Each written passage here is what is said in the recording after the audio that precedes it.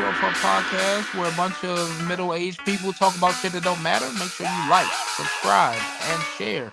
Like and subscribe on YouTube. Leave a comment on all of our social medias. And if you're listening to this on a podcast platform, please leave a review. And if it ain't 5 stars, it don't matter. Welcome again to the 12 Hub Podcast, episode number 47. Who the fuck makes a podcast about sneakers?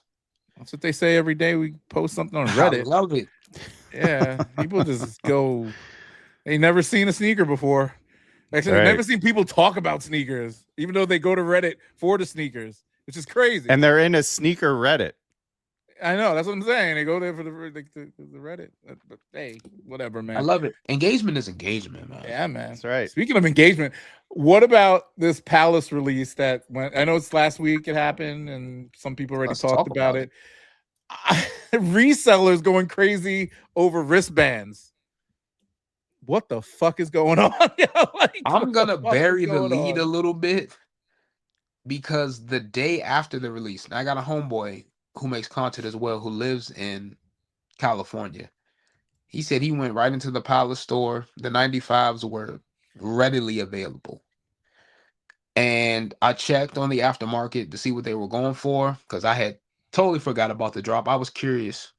I was like, if I were inclined to buy a pair, what are prices looking at?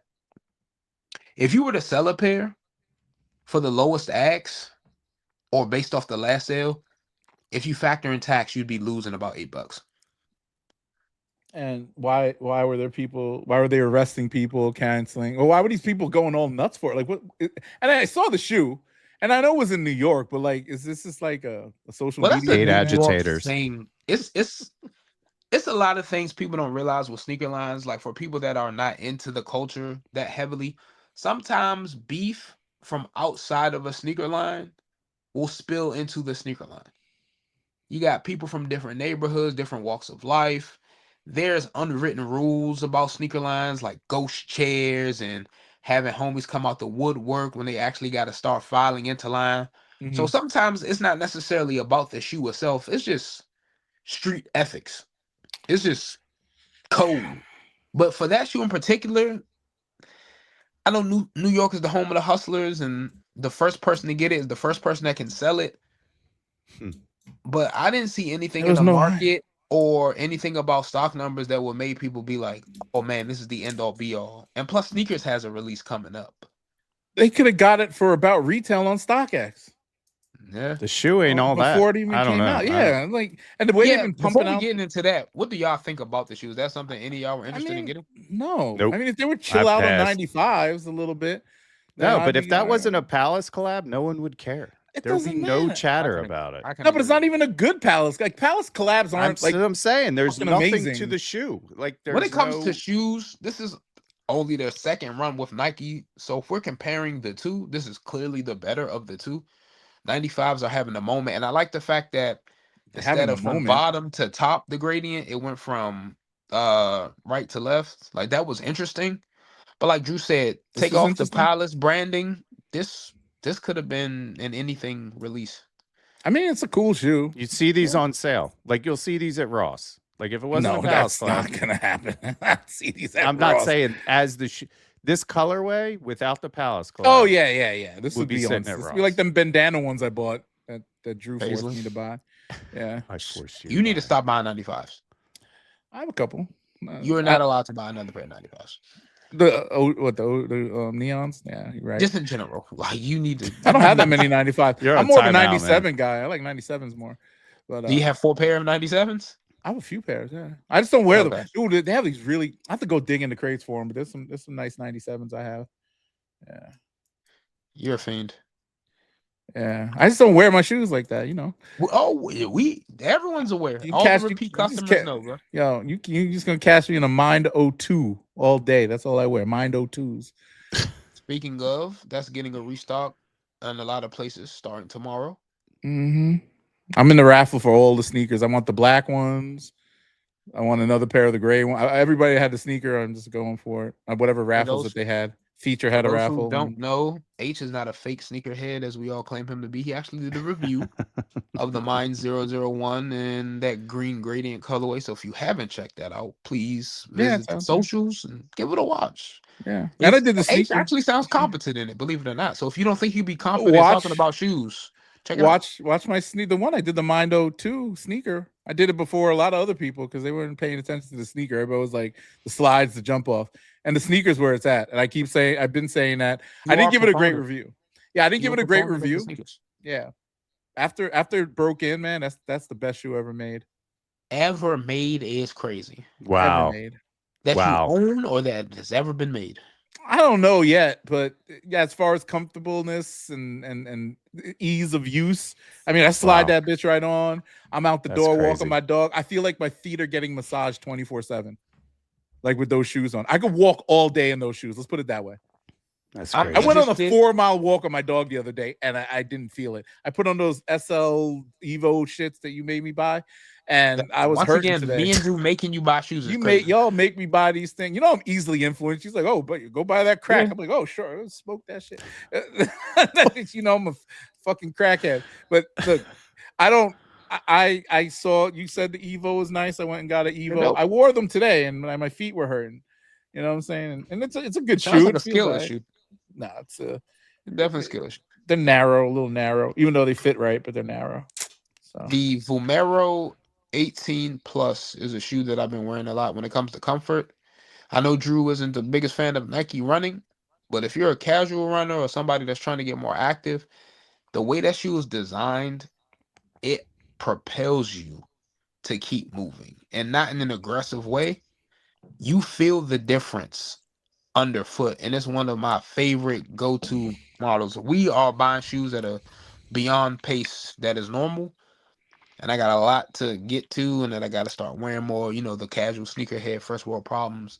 But that Vomero 18 Plus makes it hard for me to go to the less comfortable stuff. I just hate that price point on that shoe. I mean, you could get them aftermarket pretty cheap. Now they're going cheap. Because, you know, Nike does their stuff in an annual cycle, which I wish they would stop. Only make improvements when you have something to improve on. That was, I mean, I haven't bought a pair yet. I'm probably gonna go on Goat or something and pick up a pair or something. But yeah, at this point, you could probably go to your local like sporting goods store. You get them on sale, yeah. Yeah. Anyway, speaking of, we talking about pickups. Who got pickups from the past week or so? I got some stuff, but I can wait. Bro. Go ahead. Or Drew, go ahead. Whoever the fuck wants to go, I'll go. I'll go if you want. I don't care. Oh. You know, my lists are long. Pause. Somtoms. He just came in today. Thai food. Yeah, okay. It's got the little rice. I think Thai food. It's got the little rice on the inside. No, you got that on the back. I didn't get it. I think the other one's got noodles. Hold on. Yeah, or that's kind of the dish, I think. Yummy. So, but yeah, those are rum yum noodles or some. I forget. It's a dish. It's actually a. Is it a Thai? I think it's a Thai. It's like a Thai salad. Like a seaweed salad. So those are the shoes. Okay. They're a little underwhelming in person. I'll be honest. They look good on camera. The stitching, you know, that with the laces hit, but the colorway is a little underwhelming. That silver looks dope on that for some reason. The gold and red is giving money cats. Yeah, but it's not. Their contrast isn't as like the camera is making it look way more contrast than it really is.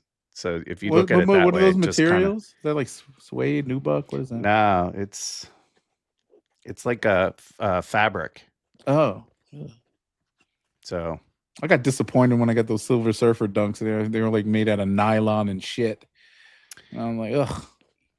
I'm not mad at them. It's just boring to some degree. I could see with the right fit, it might work, but I don't know. They also kind of give me the escargot vibes.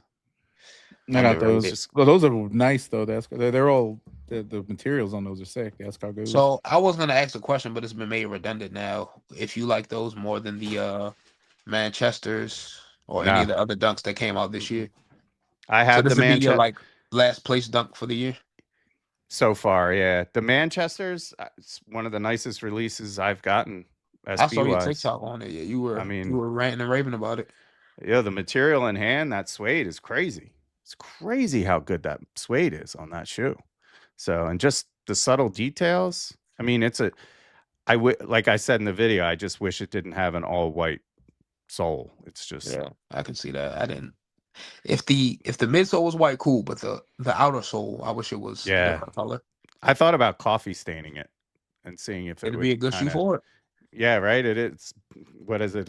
It's the coffee and biscuits. So, I think yeah. out of the year, Deshaun Jordan still got to be my favorite so far. But Blue Tile just got announced to have a May release date, so that might sneak up on there, man. I'm biased to my guy David Blue Tile and the crew I thought down those there, came man. out already. Nah, snakeskin joints. No, the Deshaun Jordans they came did. out already. Blue Tile something different. It's the Monarch butterfly with the iridescent upper. But yeah, that's next. Oh, I think I've seen those. Yeah. Yeah, I posted them in the chat. Wait, they kind of look like. Do they not look like the Run the Jewels SBs? The colors. No. Nah. Okay, I'm bugging. I'm Yeah. looking in the chat. I could see how you Instagram could chat. Or I could see how you would think it would be the Run the Jewels are very blue, like very light blue, dark blue. Yeah. Like, and the very pink highlightery. Yeah, so I don't. Well, you put them Jones in the other chat. I can't. I mean, you put them in our regular chat. I have to go look at that again. I think I took a glance and was like, "Run the Jewels." That's the first thing that popped in my brain. Nah, I don't feel like Googling. I want to do searches. Shout out to Danny Brown. Is that his name? Danny The Brown. rapper? What do you do? No. Danny Moore. I'm about to say the rapper, Danny Brown. Not Danny Moore, the sneaker guy. The guy was like, I want to talk about him on the pod a couple of weeks ago, and I just found his page. It popped up in my feed. Anyway, I got picked. Is that all you picked up? Yeah, I'm on timeout, man. Shit, I had a light week. I can't wait to see this. A light week. Right. So I picked up no Supreme. This week I'm not picking up any Supreme. Just gonna eat one potato chip. I promise. One Pringle on the can. No Supreme. No anything. I did pick up another pair of Union Fragment Jordans, but I think I talked about that last episode. Maybe. I don't know if you talked about it, but I do remember you putting in a low ball bid and it got accepted. Yeah, and I should have went lower because now they're going for like $250.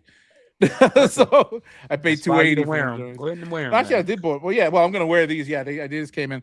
I got two pairs of those stupid things you were just talking about, the Note Manchester joints. Now, I did it by mistake because I should have sent you all a screenshot. I got a super good deal on StockX, and I didn't realize this. I had some shit that cashed out. Like I sold some random Supreme thing for like $90, like a t-shirt, and I never cashed out. So the money was there. I ended up paying like $75 out of pocket for it because I wasn't gonna miss the t-shirt. $90, whatever.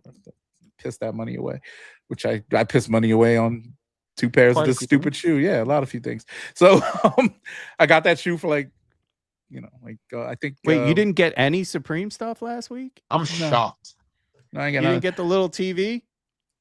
I didn't even try for that. I missed. I keep getting on these. I'm waiting for that microphone, man. I'm gonna try to get two of the microphones, and that's it. This thing's awesome. Okay, change the channels. Yeah, watch that. Flex. That's great. Was that $80 for that shit?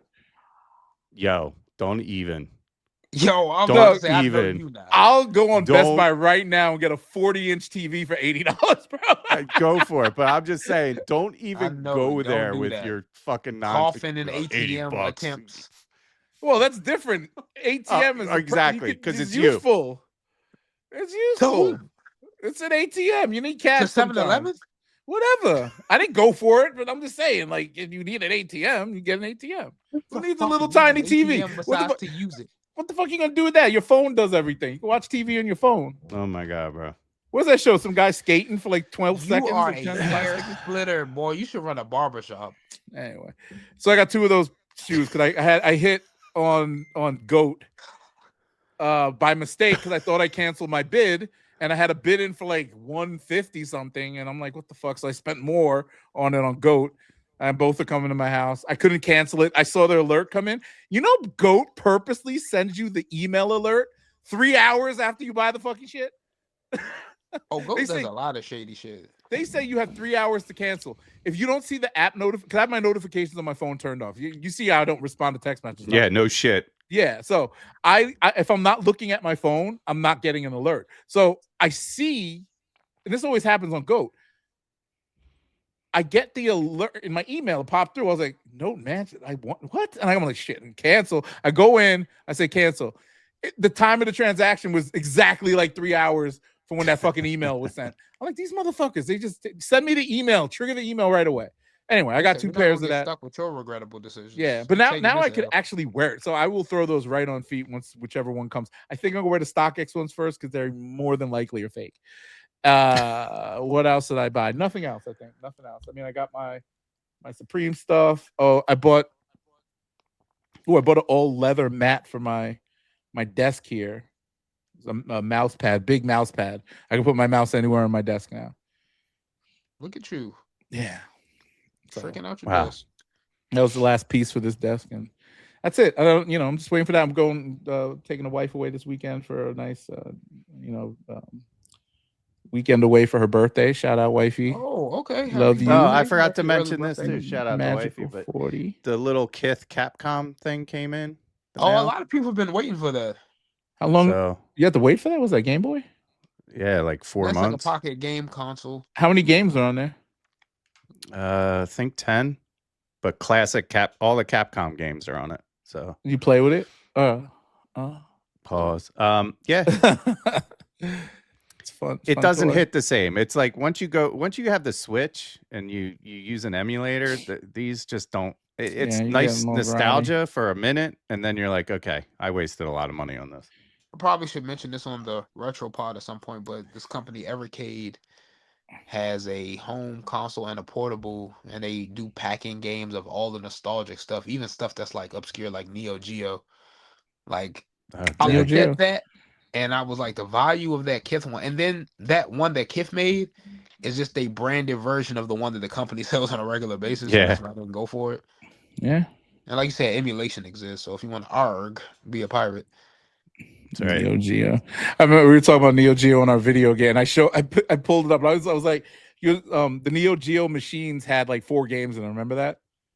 Like if you were at the arcade, I don't know. You weren't at the arcade. You weren't at it, but I was like, I bet you they had just 4 of the cartridges in there. And we saw one when they cracked open the machine. It was 4 of their cartridges. Each one of those games cost about $200 back in 1990. Yeah, 700, 6 or 7. No, it was $1,200. Sorry, $1,200 for the console. Now, mind you, this is 1992, not 92. Insane. Maybe like 94, 95. I don't know. But the games were $200 a piece. That's how crazy that shit was. The equivalent, they said the equivalent that to the pricing would have been about $4,000 something for the console today. Yeah, it's crazy amounts of money. So yeah, I didn't get much. I did not try. I did try for stuff. I just didn't get it. Wait, I did. I got the fucking Tom Sachs shoe. I actually like that colorway. It's not as loud as the yellow one, but it has elements of the OG. So it's like the yellow swoosh from the yellow one that they put out. And then the yellow one had a white swoosh. Whatever. No, I said the yellow one's yellow. Well, the yellow from the yellow. Oh, so you're saying because the swoosh is yellow, it reminded you of the yellow. Yeah, and then it had the OG, everything else. Yeah, I didn't go. I could care less about Tom Sachs shoes. I got a 12. Tom Sachs gonna invite you to the rape room. Y'all can look at swastikas together. Shout out to you, bro. Tom Sachs will harass me. Shout out to Tom Sachs. Yeah, that's that I picked up yesterday. I tried to go for those. What was the other shoe that came out the other day? With that shoe, there was another that dunk. I guess the dunk you got came out with that shoe, right? You got? I didn't even see the Tom. I didn't. I hit on the other ones through skate shops. I didn't hit on them. Oh, okay, yeah, because I think that came out. Anybody go for the Caitlin Clark Rookie of the Years today? Anybody go for the Jackies? Yeah, they did have a big restock on Mamba Day. So they had the that was from his last game, a couple restocks, and the Caitlin Clark Rookie of the Year, Kobe 5 Pro Tro. So wait, then you had the Jackies too. Yeah, those Jackie came out in the Robinson's restock. dropped today. Well, I thought Mamba Day was on the 24th. That's what it says here. Well, this is for his last game, Oh, okay. as opposed to 8/24, which is also like a Mamba Day. Are you guys going for any? Like, I want to talk about this as like a topic. Do we care at this point about this shit? Like, I don't feel know. like I feel like they're really. I mean, every silhouette feels saturated right now, but I'm kind of the Kobe hype is. I just feel like, not that I buy on the hype, but just feels quiet. Like, it just doesn't feel like there's a lot of hype with Kobe's anymore. I think it's a mix of people got frustrated with the scarcity and limitedness of the initial run of the Kobe line. Then when they started feeding the street more, they were doing like weird team bank and engineered mesh colorways. And look, some of the stuff that they're doing is still cool. Like getting a pair of Dodgers at retail, whether they keep doing it or not, is still cool for those who don't get them. It would be nice to probably see a reiteration of a Grinch, maybe a 3.0. Maybe we see the Kobe 7 start getting some love. But Nike's doing this weird thing of not only starting to slowly but surely oversaturate the market, but still not giving people what they actually want. Like on the Jordan side of things, every grail is hitting retail. Like 2019 was the last time we saw Bread 4s, and now we're getting them again this year. And each release, it's truer to the OG. Face boxes are coming back. All this stuff, it's like more care is being implemented. Well, you know who's buying them now? Kobe's, they're just like, okay, boom, here's the 81 points. And then them other Kobe ones that they're releasing are like, here's this random colorway and this random colorway. It's like, dude, let the 81 points marinate first. Like, damn, and bro. this might be a Captain Obvious statement, but literally, I feel like nostalgia is such a thing now for, a certain age group, like in the 40s, like late 30s, 40s age bracket. It's so big, and I think they're tapping into the retro culture differently. Like bringing the face box back, like the face box was fucking amazing, right? Like everybody loved the face box. To bring that back is killer. That brings back a lot of good memories. So I'm feeling they're tapping into that nostalgia vibe, but also going back to the Kobe thing, like the Kobe dunks that they just released that you have to wait like 6 months to get. I got 2 pairs. The hype on that, you would have thought there would have been more. Everybody hit on that shoe. And like I said, like, what do you mean hype then? What do you mean by hype? Profiteering off Kobe's death when it first rolled out was a little gross. People were upset. But if we're gonna open up the floodgates and start doing more, can we be like intentional? You've got several Kobe 1s. You've got Kobe 4s, 5s, 6s. They're not touching the 7s. You got 8s. You got big packs like the Fade to Black pack, the Prelude pack. And if we're gonna make new colorways, because new colorways can work. The Dodger 6 was a new colorway.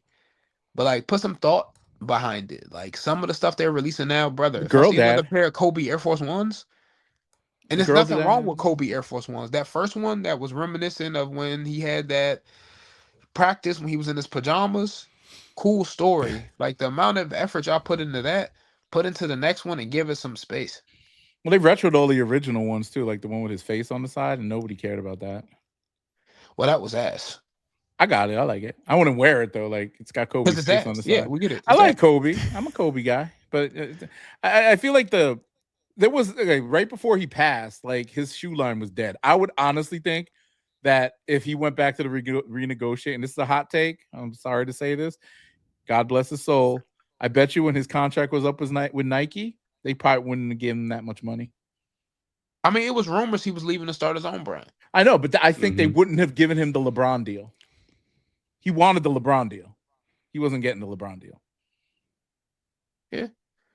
Yeah. That's not a crazy take. And no disrespect to the dead, but the shoes were not it back then. Like people, those were sitting, literally sitting. I definitely remember stocking the outlets with the Kobe 11s, the Kobe ADs. Yo, those are good hooping shoes and too. They were solid. Yeah, they were solid. They were solid hoop. Everybody I knew at the gym was wearing them, but they got them on discount at the outlet and whatnot. And then the day he died, dog, I was on Nike.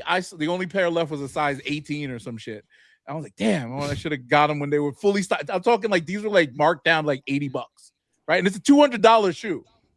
It was a $200 flimsy shoe. Like that shoe is made out of air and Reynolds wrap. A lot of the later Kobe shoes are made out of. A lot of the later Kobe models just was light really as fuck. utilizing drop-in insoles. So the Yeah. shoe itself wasn't the most hefty. It was lightweight, but when you put the insole in, Yeah. it really made Which the is difference. dope. It's a dope technology. Yeah, I thought that was a great innovation in light footwear, but also it's part of the reason why he tore his Achilles.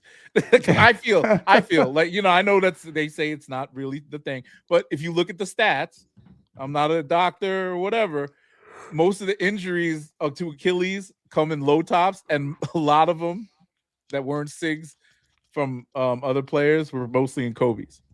You know, like his shoe had the most injuries to Achilles or hamstring injuries as well. So there's a lot of, you know, the shoe was great. Yes, great for quickness and traction and lightweightness and all that. But you cut the wrong way, you tearing something. Well, yeah, that could be debated because you look at other shoes that was adopted by the youth. KD6 is lower than the Kobe line, and look what happened to him. All right in that. he didn't I didn't wear that in the KD6. I mean, in a KD he did though, right? And so I mean, look, you got to think about like the low tops and all that. I don't know, and I guess, you know, basketball players are built different nowadays, you know, or they run differently. I don't know, but yeah, the Kobe stuff, I couldn't. I don't think it transitioned well into casual footwear. I think that's why it does not resonate with the collectors or the hype beasts like other shoes.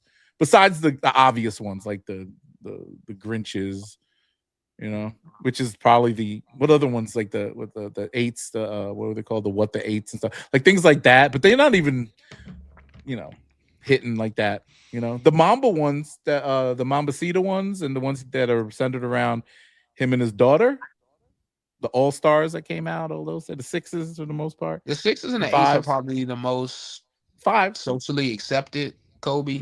Caitlin Clark has been helping the 5 get some more notoriety. The 5 was always like the and the 7 is like the mistreated stepchild. Like, what about the 4s? I like 4s.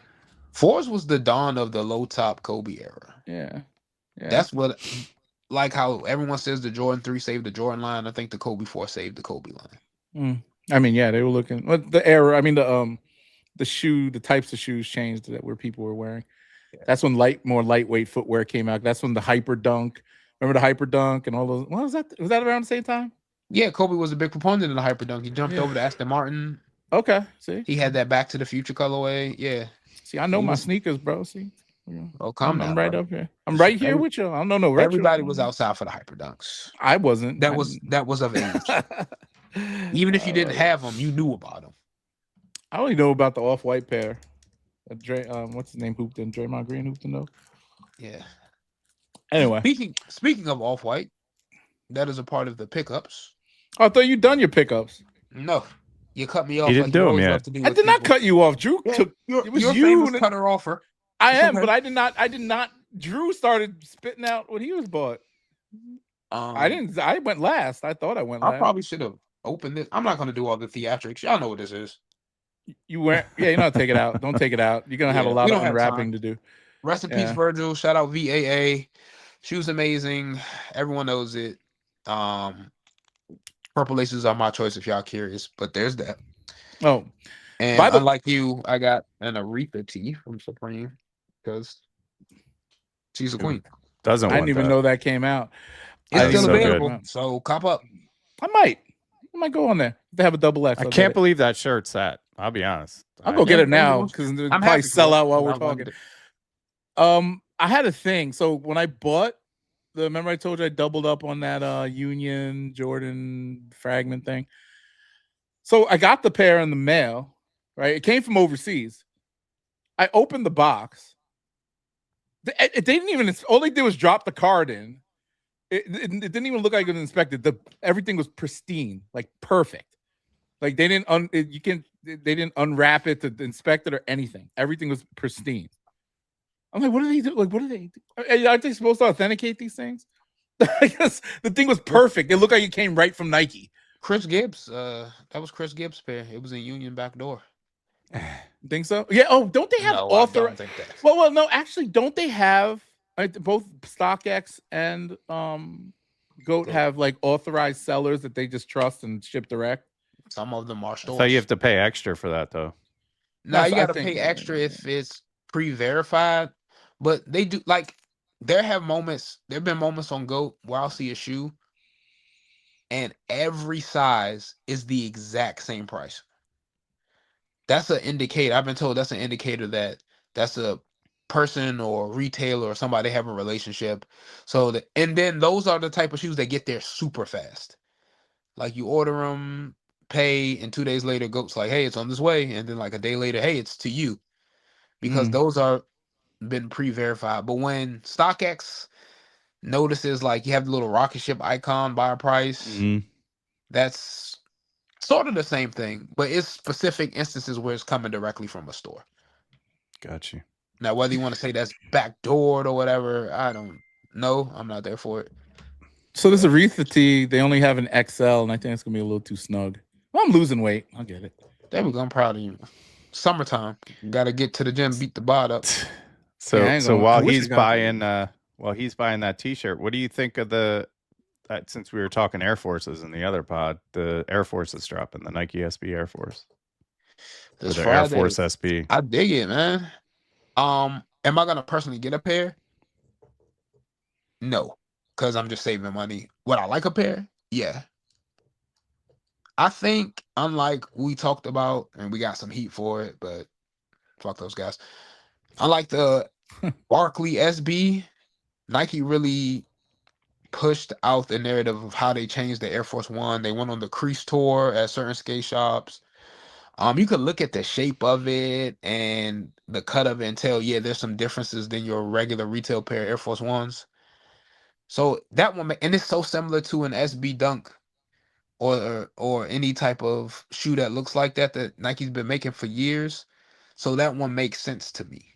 You know, a lot of people were saying when we talked about the Supremeification of Nike basketball shoes. Well, did y'all talk that same shit about the Jordan 4? Did y'all talk that same shit about the SB Dunks when they did it to a shoe that was a basketball shoe in the 80s? No, because they went into detail and showed us what was different. Like if you owned a pair of Jordan 4 and then you got the SB Jordan 4s, you could tell the difference. The shape, the softness of the materials, the comfort level was different.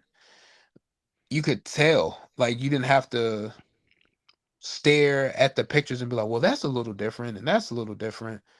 They pushed it. They marketed it. Whether it's bullshit or not, at least they told us something. You know what I'm saying? Like shit. They're nowadays, a little more comfortable. Yeah, nowadays when we see Jordan 4s, people say the SB4 shape. Exactly. You know what I'm saying? So yeah, I like it. Now when they drop that flax or that wheat colorway with the gum bottom, then we're talking for sure. Because whether you skating in them or not, they look clean. I don't know if that's gonna be a Supreme collab because I've seen them being worn by Supreme affiliated people. So I don't know. That'd be a cool little drop. And see, that makes sense. The Supreme Air Force One SB. Yes. I'm surprised they weren't the ones to roll it out. Yeah, it'll be interesting. I'll be curious to see if what that shoe does. I'm curious to see how the culture reacts to that shoe with their wallet. We'll see, because I've seen some pairs for sale from the Crease Tour and early events that had them. They weren't too high, and that's normally an resale's indicator of not how high. they're gonna do. Yeah, I mean it's pretty low right now. I have a buddy that picked up a pair. He's like, "Oh, they're so nice. Materials are great." But that's a shoe that, at least for the sake of review, I would like to see you get your hands on. You talking to me or him? Not you. I'll get my hands on it. I'll get up there. Non-skater, like I ain't gonna skate them. No, I wouldn't. I mean, if you got a pair, you got great quality. Your reviews, alternate hue takes over, and you get a little sneaker knowledgeable and give your personal opinions. So I would love to see both of y'all get them. I am a sneaker. He's gonna buy them. You kidding me? He buys everything. There ain't nothing that he don't buy. It's facts. Yeah, I wouldn't be surprised if we hear a story like, so I got 3 pair of mines, I got 2 pair of SB Air Force Ones, and these things suck, man. So I bought 3 pair. I mean, they I had look to like the stop linen, I had to the stop linen at Air 3 'cause Force I was ones a going little for it. bit. They look They like do. They do, yeah, they do. They got a Neapolitan vibe. A lot of people have been saying that. I dig it. I still need to get those floral print AF ones with the One spring thing I vibes. hope they do, and this could be a kill 2 birds with 1 stone thing. I don't know if y'all remember back in the day, Clark Kent, may he rest, was taking Shout out to classic Clark dunk Kent. colorways and putting them on Air Force Ones. Like he went on the tear. He did that with the Supremes. He did that with his 112 color that he invented. So that was a moment in time. And with him no longer with us, and we got the VAA Virgils that honor Virgil, I think it'd be cool if they take that concept of taking classic SB dunk colorways and putting it on this SB Air Force One. One, to honor Clark, and two, to tip the scales of people who want SB dunks to retro, but don't want straight retros. Because that's a sensitive area for Nike. When an SB dunk colorway gets a second chance, it's either a low that's now a high or a high that's now a low, or you might see it on a signature skater's personal model, like an I Shall Wear might mimic the colorway or something. But for example, if you did a Bison Nike SB Air Force One, we don't dilute the waters for people who still have Bisons, but for the people who can't afford a retro pair or was in around to get the OGs, you know what I'm saying? They can still be a part of that. Like a Clark Kent initiative will go crazy on the SB Air Force One. I'm not gonna be like one of those people like Nike. I know a way y'all can make $1 million and get out of y'all stock slump, but I think it's a cool idea. Somebody make it happen. Don't charge Abdul. You make it happen. Brendan Dunn, make it happen. Somebody call those guys.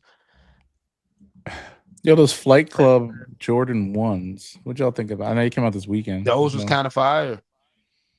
The ones like and the them. 4s, like if you go on your outlet and they have like a 30% off sale, you can get both. That's a nice little pack. They cheap as shit on StockX. I might cop them.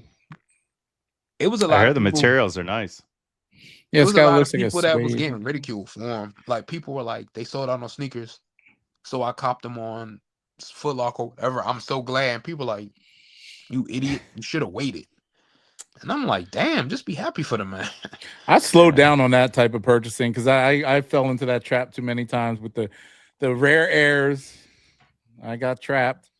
I bought them all at retail, even though I like the shoe. I'm gonna wear it eventually, but they're all 5 pairs or 6 pairs, whatever I got. They're all retail, and they're going for like $1.50 now. I do agree that if it can be had at a cheaper price, why not? But if a person really wants something and they can get it then and there, hey, that's their money. Yeah, at least I know they're authentic.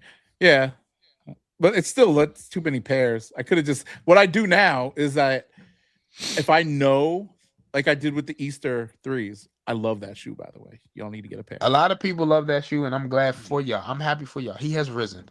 Yep. Y'all can wear him for me. Yo, I actually, and I should return them. I bought something from Foot Locker. I bought the Pure Money 3s, right? They were on sale, and I had a $20 coupon. I paid like $110 for these. It was marked down to $150 and had 120, whatever the fuck, right? Great shoe, right? I get in the mail. I open the box. It's all fucking all over the place, laced the fuck up. I look at the bottoms, it's dirty as fuck. I'm like, yeah, but they were clean though. Somebody probably walked around them and like tried them on and walked around them in the store because it's a white shoe. The sole was all. But I'm like, why the fuck would you say? I was like, I'm just gonna go return it. And I'm like, fuck it, I'll just wear them because it is what it is. I put it in the worn shoe pile. That's the second time Foot Locker's done that to me. They did it to me with another Jordan 3 that was a black one, and I didn't notice it. Yeah, and I sold the shit. I sold them, and I sold them at an over retail price. And then they Goat gets back to me like, worn or used. I'm like, what? And then I looked. They sent, remember Goat used to send pictures, or that yeah. And I saw all these dirt. I saw these little subtle dirt marks on the bottom. I'm like, damn, they done sent me they got me. Well, but yeah, they got me on these too. Every minute. Well, I mean, I got them on sale. I was gonna wear a pair of the Pure Moneys eventually, so I wear these. I put them in my used shoe pile of shoes that I wear. And how large is that pile? It's a whole closet. So I probably like 250 pairs of shoes that I put on my feet, and a lot of them are Yeezys. I used to I'd wear a Yeezy once and then just put it in a pile. And I used to love Yeezy 500s. I don't have many dead stock Yeezy 500s. Every time I think about the 500 high, I think about you, and I go, boy, you cape for this shoe. I still do. I wore them a lot. I don't wear any of those anymore because I'm not like wearing boots. Even though it's like winter here all the time, I don't wear boots like that. Well, now that he's got free time because he's not going to the UK, when he hits Ohio, man, you know what you're gonna wear. Oh yeah, I'm out there with them. That'll fit playing. I don't think he'll like that. I have to go buy his new shit off his website. And fucking, die casted shoes that are fucking. He just canceled a concert. Rubber. I know, in France or something. Yeah, they canceled. Damn, they don't want him in France. He got canceled. Yo, man, free canceled. speech. Oh, he got. Oh, he can't. Well, no, they were gonna ban. They were trying to ban him. So I think he just tried to get ahead of the fucking shit. Because you saw his elaborate set. They got to ship all that shit over there. So. The big LED globe, the little Vegas sphere. Yeah, I think he should just set up something. Whoever will take him in the U.S., just do it here. Oh, and then redeem if he did a tour in the U.S., it's selling out everywhere. Yeah. I don't know if that was that SoFi thing through Live Nation. It had to be, right? Because they got a lockdown on everybody. But they just all lost their lawsuit today. About to say, yeah. That shit. I never thought about this, like Ticketmaster and all that shit. They literally, this is how fucking crazy it is. It's like with streaming music. They have a monopoly on venues and ticket sales. And they also have a monopoly on the resale because you can resell your ticket on the same platform. So they're eating twice off that shit. They're going to charge you a seller's fee off a ticket you just bought from them. That to me, that's illegal. Like that shouldn't be a, you know what I mean? Like, okay, why is it illegal though? No, because like think about, they're selling you a ticket and charging you fees to process that ticket at retail. So they're making money that way. And then you're going right back on the platform and selling it for 4 or 5 times more. And they're charging you another processing fee to sell the same fucking ticket. Yeah, but like you got to think of it from their standpoint. You're about to make 4 or 5 times the profit because you scalped the ticket. You didn't do shit, but so were they on the ticket and okay, yeah. So two wrongs make it right. I'm not defending a corporation, but like okay, so Foot Locker did that. If Foot Locker did that, would you be pissed? No, because I'm not buying my shoe to sell. If you now. It's a little salty, like you bought a shoe and something. I mean, you bought a ticket, something comes up, you can't go. But in that case, they'll be like, just return the ticket. No, think about you can think about this. You go into Foot Locker, you want this shoe badly. You're pure money for threes, right? You go there, they're sold out, but they got a whole wall full of resale ones that nobody's touching. Because all the resellers bought all the ones that you weren't going to buy and just said, I'm going to leave these here, and you just resell them for $400. But then they get taxed because they getting hit with a fee. No, it's the same. It's just it's brother. As it's a bad, of it's bad StockX business. And a GOAT it's bad that you business. are. That's crazy. That's a reselling platform. A partner of Foot Locker. I know, but dude, it's different. That's crazy to me. How's this a problem for you? No, it's a problem because you're not. Once it leaves the retailer, you can do whatever the fuck you want with it. But not give it back to the retailer and tell the retailer, hey, I just gave you my money. Here's my shoe back. Hold it for me for a while, and you still get a cut of my profit. Well, here's the difference. Number one, no one told you to sell with that platform. Well, number two, you're not asking for a return. You're taking something from someone else to then sell it for 4 times the price because you can, that's your right because you bought it, and you're upset that a person, because the person that sold it to you could be like, wait, you about to sell something for $400 when I sold it to you for $80? Well, fuck no, I want a cut. Well, you're not doing nothing but selling something that you bought. I know that, but they shouldn't have the ability to because you can't eat off. It's not. I personally think it's not righteous or. Righteous. You capitalist, you better stop that nonsense. Hey, look, if I decide to sell my shoe on StockX, that's one thing. But if I say, hey, I'm buying this ticket on Ticketmaster and I'm reselling it back on Ticketmaster to some other schmuck, I don't think that's ethical. Well, you can, but I'm just saying that. So the point is mute. You're using that. You've forgoed your ability to complain when you choose to use Ticketmaster. I'm not complaining about it. I just don't think it's good. I bought tickets on resale on Ticketmaster because I got to. The wife got to go see Dave Chappelle, so I have to go buy the fucking $500 fucking bullshit ticket. Okay, but I don't advocate for it. I don't think it's the right thing. I'm not advocating for it either. I'm just not seeing like the big fucking deal. No, it is a big deal. I don't see it. See, like the other shady shit that Ticketmaster does, them charging you a processing fee. Yeah, for nothing. For you to make 4 times the profit for you doing nothing but scalping the ticket from someone else doesn't bother me. You don't necessarily make 4 times. Does not bother me, bro. Like, well, the scalpers, it's a tough business, but you have to offload those tickets as soon as possible. Sell it to the first person that needs it, because day of show, shit, there's motherfuckers waiting to hit that button 2 hours, 1 hour before the gates open to get that discount. That's me.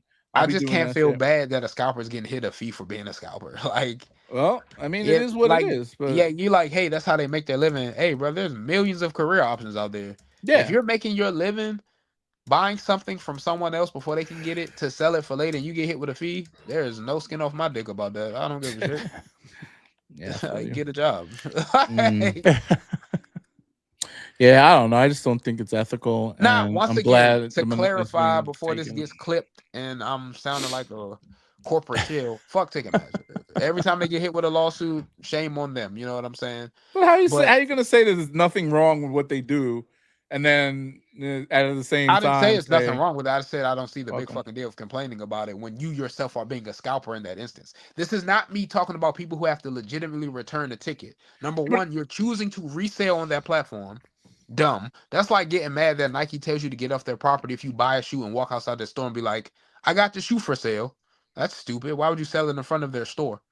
And 2, these people are making a profit by doing nothing but depriving you of something that you wanted to get at retail. So why would I feel bad for them? I don't know, man. The only thing that's different between them and Ticketmaster is they don't have an employee number for Ticketmaster. They're doing the same shit, though. Like, they don't give a fuck about you. And neither is Ticketmaster, but at least Ticketmaster is a corporation. I don't expect them to give a fuck about me. If corporations cared about us, the world would be a better place. They wouldn't be corporations. That's right. But in the words of your man, Ye, go and get your money. I think it's a gay yay. You mean? Whoa, hey, brother, you're projecting. No. You see Tyrese Maxey's New Balance? No. Does anyone pay attention to New Balance hoops? These are kind of fire. I was shocked as shit when they said Kawhi Leonard is on his 5th signature. I said, what? Hold up. Those are all right. Hold up. It's all right. Come on. Wait, that's his signature model? Yeah. If I was New Balance Cooper Maxey Flag, V1. If I was Cooper Flag, well, he's got to wait his turn. He got a 950. If I was Kawhi Leonard and I see these and I'm on that bullshit that they just show for his 5th shoe, I'd be upset. I mean, it's very Yeezy, but they look Bryant when people say that all the time. What, it looks the Yeeziest. Come on, this is like a Yeezy 700 something. Brother, okay, bro. Everything is not inspired by Yeezy. And then the guy who made that shoe's name is Steven Smith. This guy made it, Steven Smith? No, the guy who made all the Yeezys, his name is Steven Smith. I know, but did he design well, this not shoe all too? the Yeezys. Huh? No, Steven Smith is what Crocs now. I know. But I'm like saying, I thought, who designed when he designed a Croc, for example, people are like, oh, Yeezy coded. I'm like, this motherfucker designed a Yeezy. This is 700 all over it. Look at it. Brother, I'm not, it's similarities I'm sure you could find, but like the back New Balance heel has a shoe called the AC Runner. Bro, that's a generic cut of a heel, bro. Stop that shit. Yeezy 700s was not the first shoe to have that same kind of cut in the heel. Like, you're wildin', bro. I'm pull it up. Pull up a Yeezy 700. Let's go with a V1 or Wave. Actually, the V1. Yeah, Wave Runners is probably the most. I'm about to say there's a New Balance that just came out, the AC Runner. It looks more like that, which makes sense since it's already a New Balance shoe. I mean, I got a lot of New Balances, but I'm not buying New Balance basketball shoes. That's a dope shoe, though. I like it. This one's cool, though. I'm not gonna hold you. This one's cool. Like I said, I can see some Yeezy influence, but that'd be the first thing something look a little futuristic. People be like, Yeezy influence. Yeezy did it. All right, I'm just gonna take.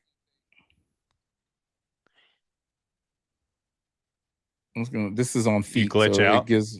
No, I'm here. Oh, this is a fucking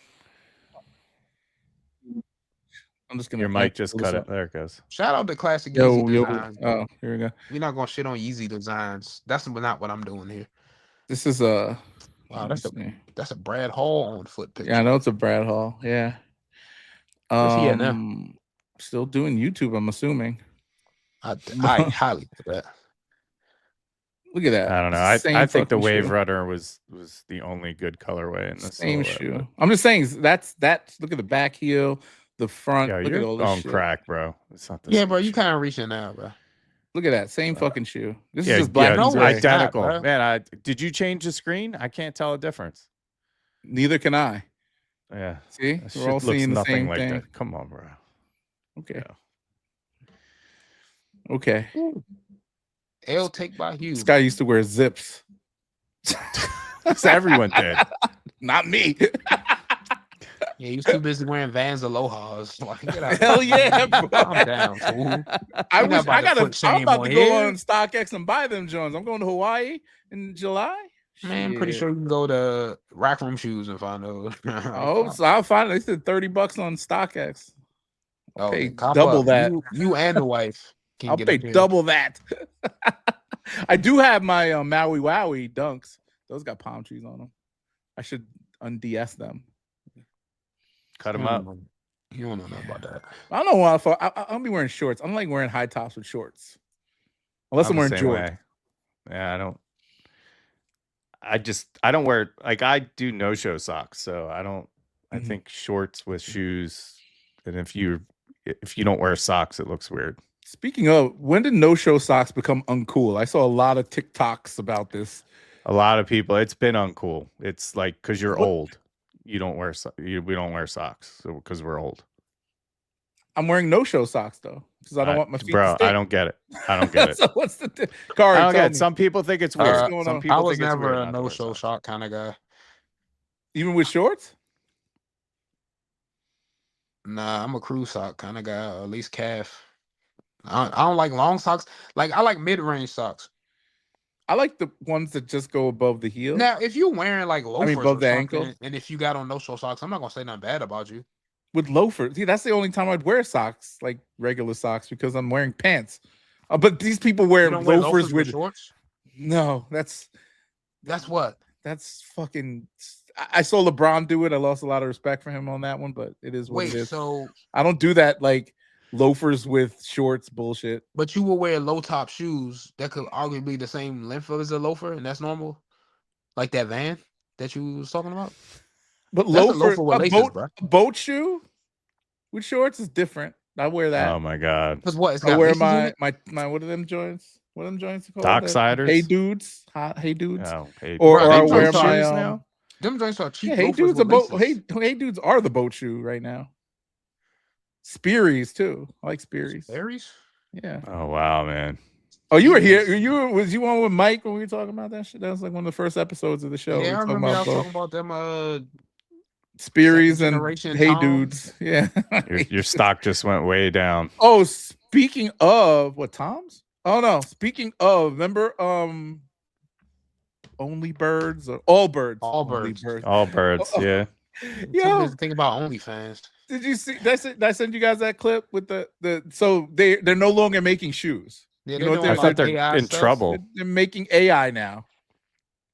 And it's not even out yet. They just announced that they're switching to an AI company, and the stock jumped up 400%. I believe the children are the future. If I was paying attention, because I know people out there in Silicon Valley.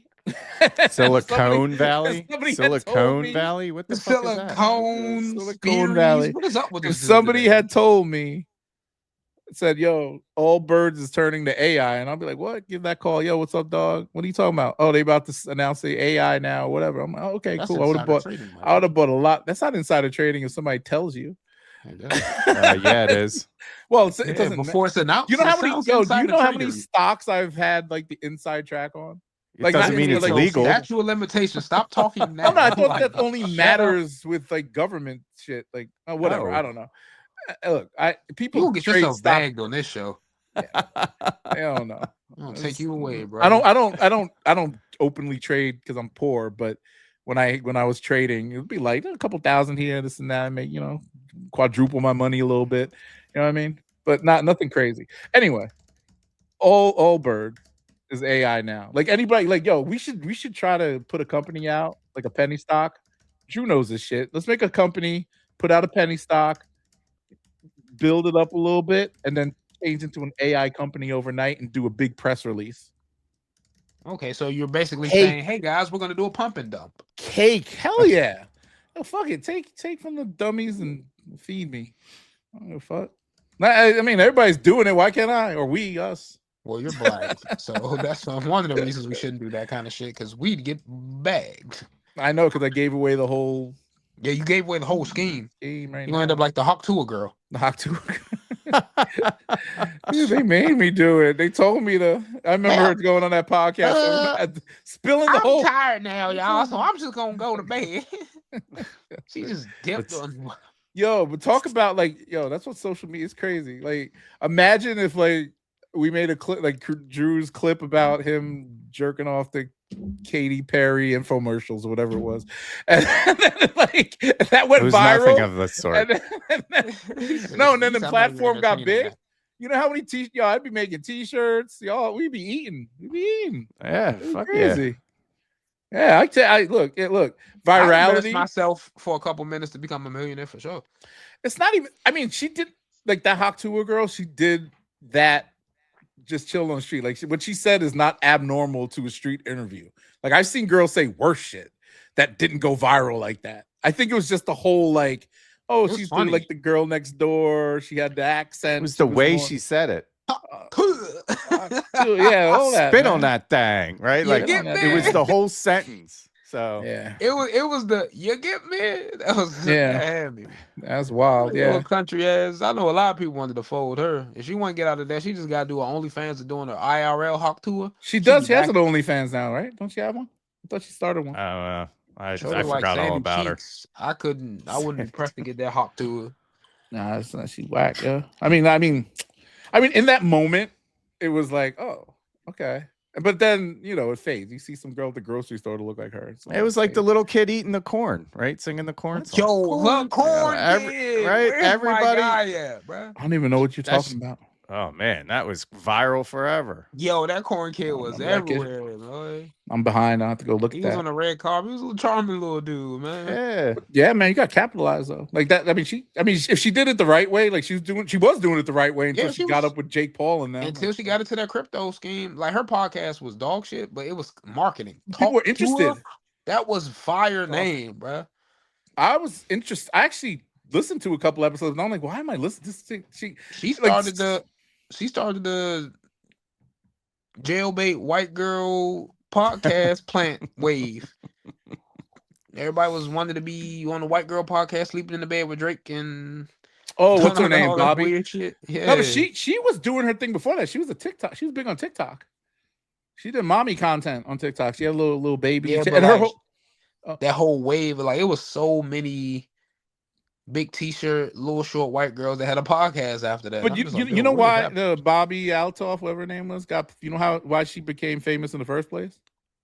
No, because she had two different sizes. She had big boobs. There were two different sizes, and whenever she did her mommy videos, she always kind of flaunted that thing. So men would watch, and she always talked about it. Sydney Sweeney them things. Yeah, she kind of got out there. Oh, look who showed up. Yeah, so she showed up in those she'd be wearing a low cut top. Is killing me, bro. Yeah, one be up here and the other be over here. And then she got it fixed after the fact, and now she's dating a black dude and it's still cool with Drake. It's kind of knock him out the frame again. Yeah. Yeah. Oh, we talk about Bobbi Althoff that she might be on black.com. Yeah, man. Oh yeah, she probably already been on there for real. She been on that. That's why her husband left her ass, because she was out there hoeing around. Man, that dude, doctor. You're I ain't playing, man. Just give me joint custody. She been on that type of time. Yo, who does a whole podcast laying in bed with Drake? wild. If my wife did that, my wife has a podcast. I would do it, yeah. But yeah, you. my wife. Yo, pause. Yeah. He Pause. meant that. Yeah, the fact that he I admitted didn't that is even crazy. catch that. I didn't even catch that. You He called gonna be me. like, man, I'm in the bed with Iceman. Yeah, this nigga said I would do it. I didn't Like, nah, catch yo, that. chill. That chill. No hezzy, bro. I didn't Chill. say that. That might get edited. I ain't Knocked it after dark, boy. Right. Nah, my wife can't. She got a podcast. She ain't doing that. Drake call up, yo, I want to be on your wife's podcast. All right. So here's the link. Here's the stream. Here's the StreamYard link. To guarantee that you would never have to work again. She ain't doing nothing sexual. She's just doing raised. She's doing raised by her in the bed with Drake. Is it no? Because I'd have to be right in between those motherfuckers. Yo, Cat absolutely can enter the room. Right? Pause again. Fuck that. Is she making money? Making money. Yeah. Man, I'm pissed off. I went to the mall to try to get those fade to black Kobe's, and of course they didn't have them shits in my size, so I'm hurt right now. Hurting. Which pair? The ones that he wore in his last game. With the numbers all black and gold joint. Oh, okay. Yeah. Okay. Wait, are those coming out again on the 24th? No, they came out Monday. Oh, they came out on the 13th. I mean, you get them dumb cheap on StockX. Oh, are they on StockX? Yeah, look at that. Wait, let me see. I'll show you. I'm like, because I went to the mall and they was like, yeah, the biggest we got is an 8.5. I was like, damn. Them joints is what size are you? 10, 12, 11? 11, you could get it for $240. It's not bad. Oh, okay. Yeah, that ain't bad. I would probably go with goat. Retail is 220. Yeah, that's not bad. I mean, they losing money selling them. Huh? They losing money selling them if it's only 240. Shit, all of the fucking ones on eBay is all like 275, 280. This will drop now that it's been out. It's out in the store. You could definitely get this. Like, yeah, wait it out like a week or two when people start getting their pairs from Nike. They'll drop. I don't know. I mean, they was an in-store only release, and there's only we on the Foot Locker by me is the only one in the Valley that even get Kobe's anymore. Like all of the other Foot Lockers, well, they get other Kobe's, but certain ones like those pink low top threes that came out, those were in-store only. And these fade to black joints is in-store only. And it's like the in-store only ones, they only go to this one Foot Locker. It's like the biggest Foot Locker in Phoenix. And they get all of the in-store only releases there. People are loving them low top threes. I got them. I like them. I was just like, they cool. Yeah, I respect them. And that Warner label colorway, crazy money online. Nigga, man, this cat that I know out here, he got a pair of them. That nigga paid like $1,200. Yeah, but then shit's going for. I didn't seen them for like 2-3 racks. 2K, yeah, I seen them for 2K, and like Syndicate had a pair, and they listed it for like 2K, and it was gone. Not like I was gonna buy it, but I was like, damn, gone. Well, they got that. They come in that special like suitcase crazy thing. Box. Yeah, yeah. They come with all of the crazy details, so it makes sense. Yeah, they did. They put the Warner label pack this year, man. I wasn't fucking with it, honestly. The Warner label pack. I didn't care for a lot of the Warner label shoes. I think the Kobe was like the only one that was decent. It was a couple the Ja Morant colorway wasn't terrible. I didn't like. People starting to get fatigued on Jaws. They wearing Ja out, man. I wanted to get a pair. I don't want them anymore. I mean, because with the Ja, the only thing that's selling, like them, that's Nike's probably top selling basketball sneaker right now. You think so? It might be, bro. Lucas, I heard Lucas are pretty popular with the kids. But it's Jordan, though. We talk about like the straight Nike athlete, because the Devin Booker shits ain't selling. Yeah, like I know if I go on my feed of like when people posted what they picked up, I see nothing but Jurassic Park Jaws or whatever Jaw came out that week. They're flooding the feed. Ja Morant, man.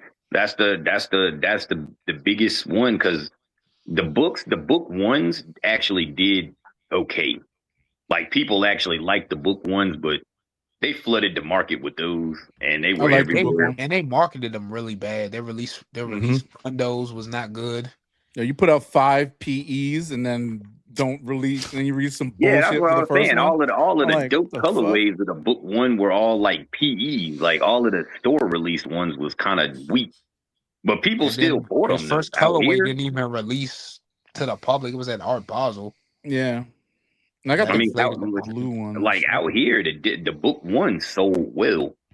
Of Yeah, course. of Like a course. lot of a lot of people liked them. They said they were comfortable too. I never had to put a pair on, but one of my homeboys, he wears them, and he's got a few, and he said that they're actually really comfortable. I And gotta try mine on. never I got a haven't put pair. them on. Yo, y'all trying to go for them white metallic 5s? No thanks. I'm passing.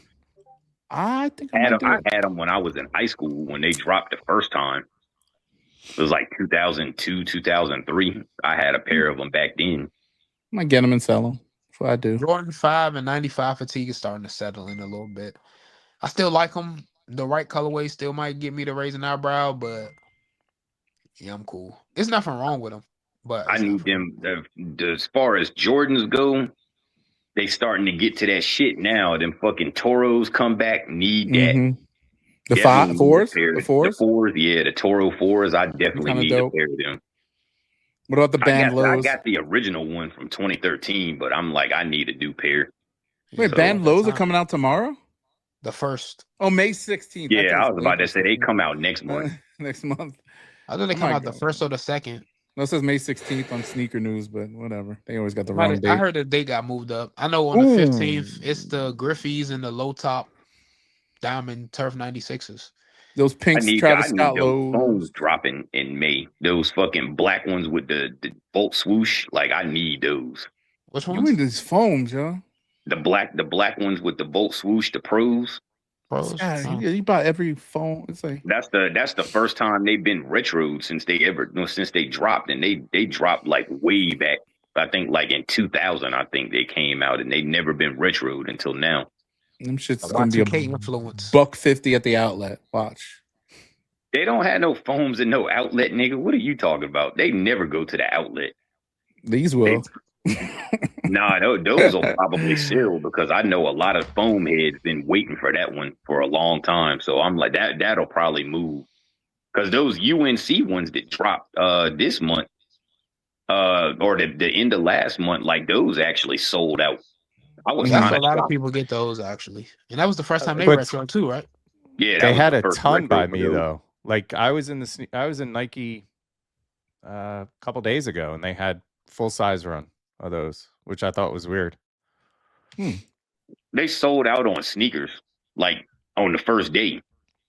Yeah, And I just thought it was weird they had so many in store, but I guess people don't fuck with foams in Texas, so they don't fuck with them out here either. a lot Like of they, shoe. because I think they have them. I want to say they have them at Shoe Palace here. I think the big Shoe Palace here still has them, but I know they did sell pretty well though. A lot of people bought those.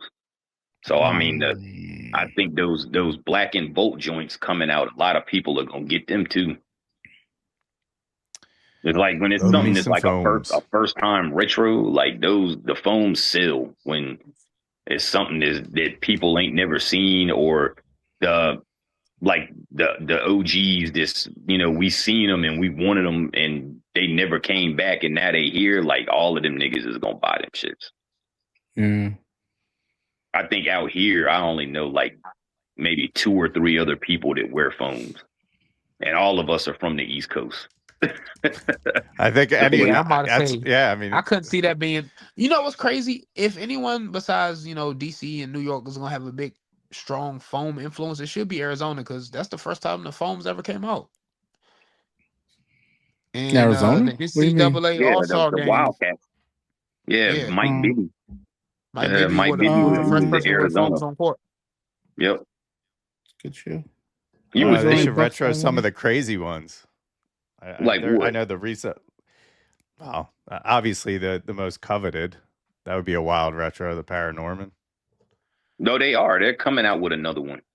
Yeah, they're doing a little restock or something. The company. I don't know if it's gonna be the exact same as the original, but I know they're coming out with another Paranorman phone. They didn't say when, but they said it's coming. So Yeah, because they're doing a contest again, right? yeah, they gonna do it just like the original, where you gotta enter a contest to get it. Shout out my homegirl Jade. She entered the contest and won. Yeah, That's I did crazy. too. That's how I got mine. Oh shit, I forgot. Yeah. I was like, I ain't pay that resale, nigga. You tripping? What were they going for back then? Like $700,000? Wait, what Nah, shoe? they was going for like The $2,000. Paranorman. Oh, Shit. They was going for about $2,000 because they was That's up why I there wanted like the Dornbecker foam so bad because they were like a red Paranorman. I had a pair of those and I sold them. I like the Stranger Things better than them. Wow, that's a bold take. A lot of people shitting on the Stranger Things these days. I like them. I got a pair. I like them. I was like, them shits is tough. Like The for sole was crazy. like for a black and red foam, it's tough. I like it. Do I like it better than my metallic reds? No, but I like it though. It was cool enough for me to buy it. Because sometimes you see some shit and you like, I like it, but do I like it enough to buy it? No. But Ironically, that's how I felt about the metallic reds because I hated the fact that they made the lace guards leather on the retro. I Hated that. didn't get that one. I got the original, the Original, yeah, 2012 that's the pair. better. Yeah, the 2017 one wasn't bad either, but because it looked just like the 2012, it just had that icy blue bottom instead of the regular clear. And then the 2023 is the one that had the leather on it, and I didn't get that one either. Hated it. Turn me off. I was like, the only one with the leather I got is that white pair, the PE. That's the only one. Yeah, I got that one, but I didn't get the red one. I wanted it, but then when I saw that it had leather, I was like, nah, I don't like that. Haram. But yeah, the Jordans coming in though, man. I need them Toro 4s. It's another one coming out in May that I want to get to. I forget which one it is now, but they got UNC5s? Those come out in June. Okay. But I need that one too though. That's a classic. Is it the all blue UNC5? No, they're like black. And they got those metallic blue accents. Yeah, I know what you're about. talking about. Them shits is tough. I remember when those came out in 2006, I had a pair and I was like, man, that was like the hardest 5 ever back then. It was like a trifecta. It was those, the green beans, and the burgundies. I had the green beans and I had the burgundies. Or I still have them somewhere. The burgundy retro wasn't as good as the original. The original was so much better. They're nice. Yeah. That contrast between burgundy and silver really hit on that OG. Because the new one, the burgundy wasn't the same. It wasn't, the color was not as, it just wasn't as vivid. You know, it was kind of like they did with the Raging Bull 5s. It was like that retro didn't look nowhere near as good as the original one. Like the red on the original one was like, it just hit better. Like it was just more, it was like a more vivid red. The new one was it looked kind of faded, you know, like a faded red sort of. It didn't look the same. And the burgundies was kind of the same way. It didn't look the same. Because I know everyone that I knew that got the retro burgundy, they had the OG and they just used the retro for like a soul swap. And then they fucking started wearing the originals. Because my original UNC 5s crumbled. Like them shits fell apart like a couple years ago. So I'm like, yeah, I need to get a new 20-year retro about that time. I'm waiting for my I'm waiting for my undefeateds to fall apart. I'm just like, it's gonna happen any day now. Don't wish that evil on yourself, brother. Don't do that, bro. Yeah, last time you showed them off, they look good. Sell them. I mean, they look good. Yeah, they look good still, but you know, it's only a matter of time. Yeah, it's only a matter of time. They 20 years old. I'm surprised. Is the air bubble like cloudy and shit? Or whatever? No. No, you keep it clean. All right, guys, it's about time for me to step. I'm gonna catch y'all on the replay. All right. Thank you for coming through. Yeah, I gotta bounce watch the rest of this on the back end. But Eddie, appreciate you for coming. Gang, appreciate the time. I'll catch y'all next week. Everybody that's Wait, we listening, got to move it please. to Wednesday, right? Yeah, All right. that's cool. All right, so listeners, new pod date, but look out for us. Oh, it Please doesn't keep matter. I engaging. drop it whenever it happens. We I'll stay on for. appreciate You y'all. still chill? You chilling, Eddie? I'm still on for a little bit. I got chill for a minute. another 20 minutes or so in me because there's some things we could cover. I like to get your insight. Huh? All right. On that note, peace out. All right, bro. All right, I gotta bounce. See y'all later. I was I need them Tour Yellow 4s coming out too. I need those. The Tour Yellows? Yes, sir. You're talking to the wrong person. That's one of them ones that came out back in the day that I wanted but wasn't able to get. So I'm definitely gonna try to get those. Oh, these Johns? Yeah, I know what you're talking about. Yeah. Yeah. That was part of that rare air. Because back then, those were the only other ones that had that peel off tag, except for the undefeateds. Like those were the first two. So do you ever sell your shoes? Like any other? Like, I don't normally, but I will if it's some shit that I've had, and then it's like I don't want it anymore. Then I will. But if it's something that I want, then I usually don't. Like I usually keep it. Yeah, I don't. I just don't wear shit, and if I put obscene price on it, and if somebody buys it, I'm out. I put some shit up there for like 2K, I'll let it go. Like Travis Scott's or something like that. I got Fragment Travis Scott's. I'm not gonna wear them. I don't even like that shoe. Get rid of them. Which one? The first one, the Fragment. Oh man, the low top one was the one. I know. I didn't like, but the low top one was clean. I didn't like the high top either. I just don't like the color blocking. I don't like the colors that they use in the color blocking. So. I like the low tops. I have those. I like them. I didn't. The high top one I didn't fuck with though. I thought that was trash. Do you got the Fragment ones? The blue, the Royal Fragment ones? The Fragment Union one? Sorry. No. Okay, that shit disappointed me too. I got the other one. The one that had the red and blue on the heel. I got that one. That's the only one that I wanted. I just wanted that one. I didn't care about the Royal. I'm like, I don't like that. I got it. Like I kept seeing every time I saw pictures of it. I think you were on the pod once and we saw pictures of somebody wearing it with like shorts. And I'm like, don't look right. It just don't look right on foot. And then they covered up somebody wore it with some pants. Yeah, covered up the white part. That white collar just threw it off. I was like, I didn't like that. I didn't like the way they did that. $800 right now though. Like, what the fuck? Damn, $800 for the Royal? So. Yeah, chill. Yeah, let me see. Because they made less of those, and you know how people are with the.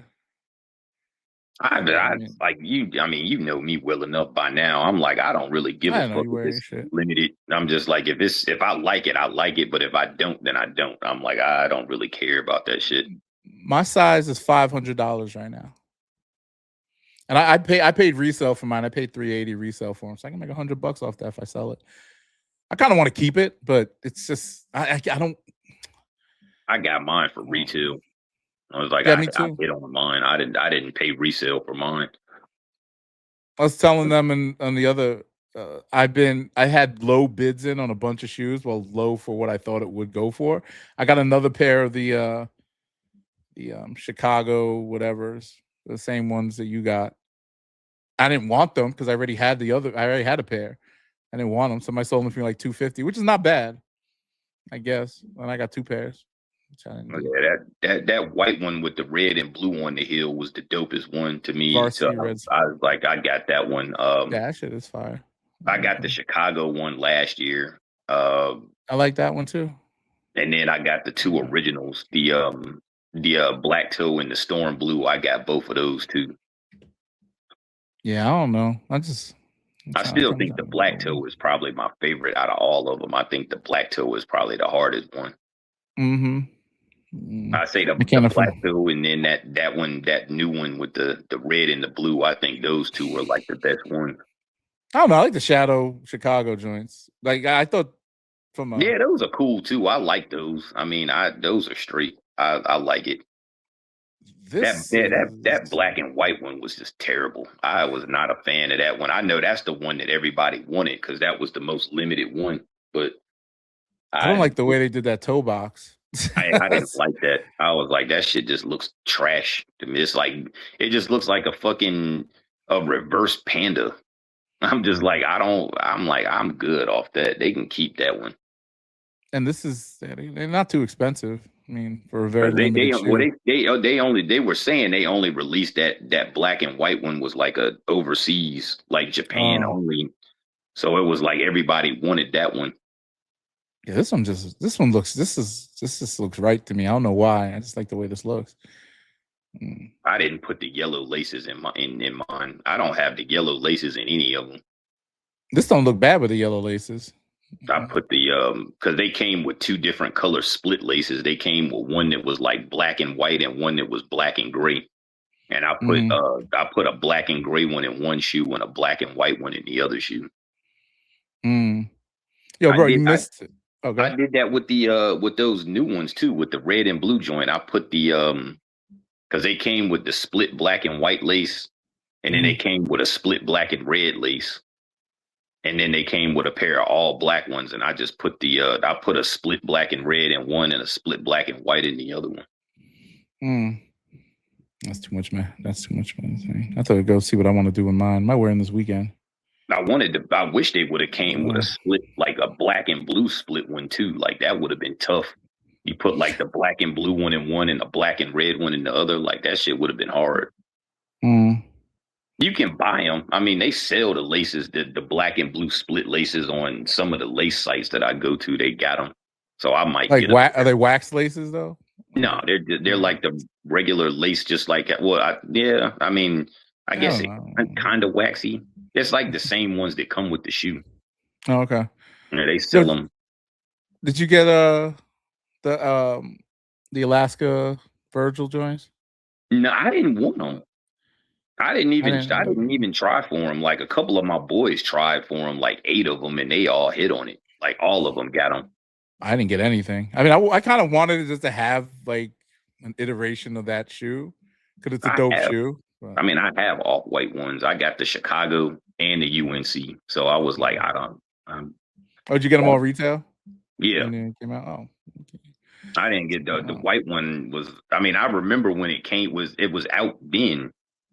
It was the Euro release was basically the same shit, and I didn't like it then. So It's cool. I like the way it looked, like the blue, like the bluish white. I don't know. I just like the way it looks. And I'm really in this white shoe thing right now. Like I'm trying to wear more white shoes. I don't know why. I'm wearing all white right now, so I'm going crazy with the white. So you need to get you some of these shits right here, though. I ain't putting no foam posit on my foot. What is that? Alligator skin? No, it's the Tekken pack. Oh yeah. Yeah, the one that's that come in some big ass box. Like the box looks crazy, right? Yeah, it's got like the big fold out box with the Tekken graphics and shit on it. Yeah, the box is hard. I got both of them. I got the white one and that one. Oh, we gotta get you. So Drew and I started another podcast, like a retro. Yeah, it's more retro culture. We did one with Kari today. We were talking about 1980 shoes.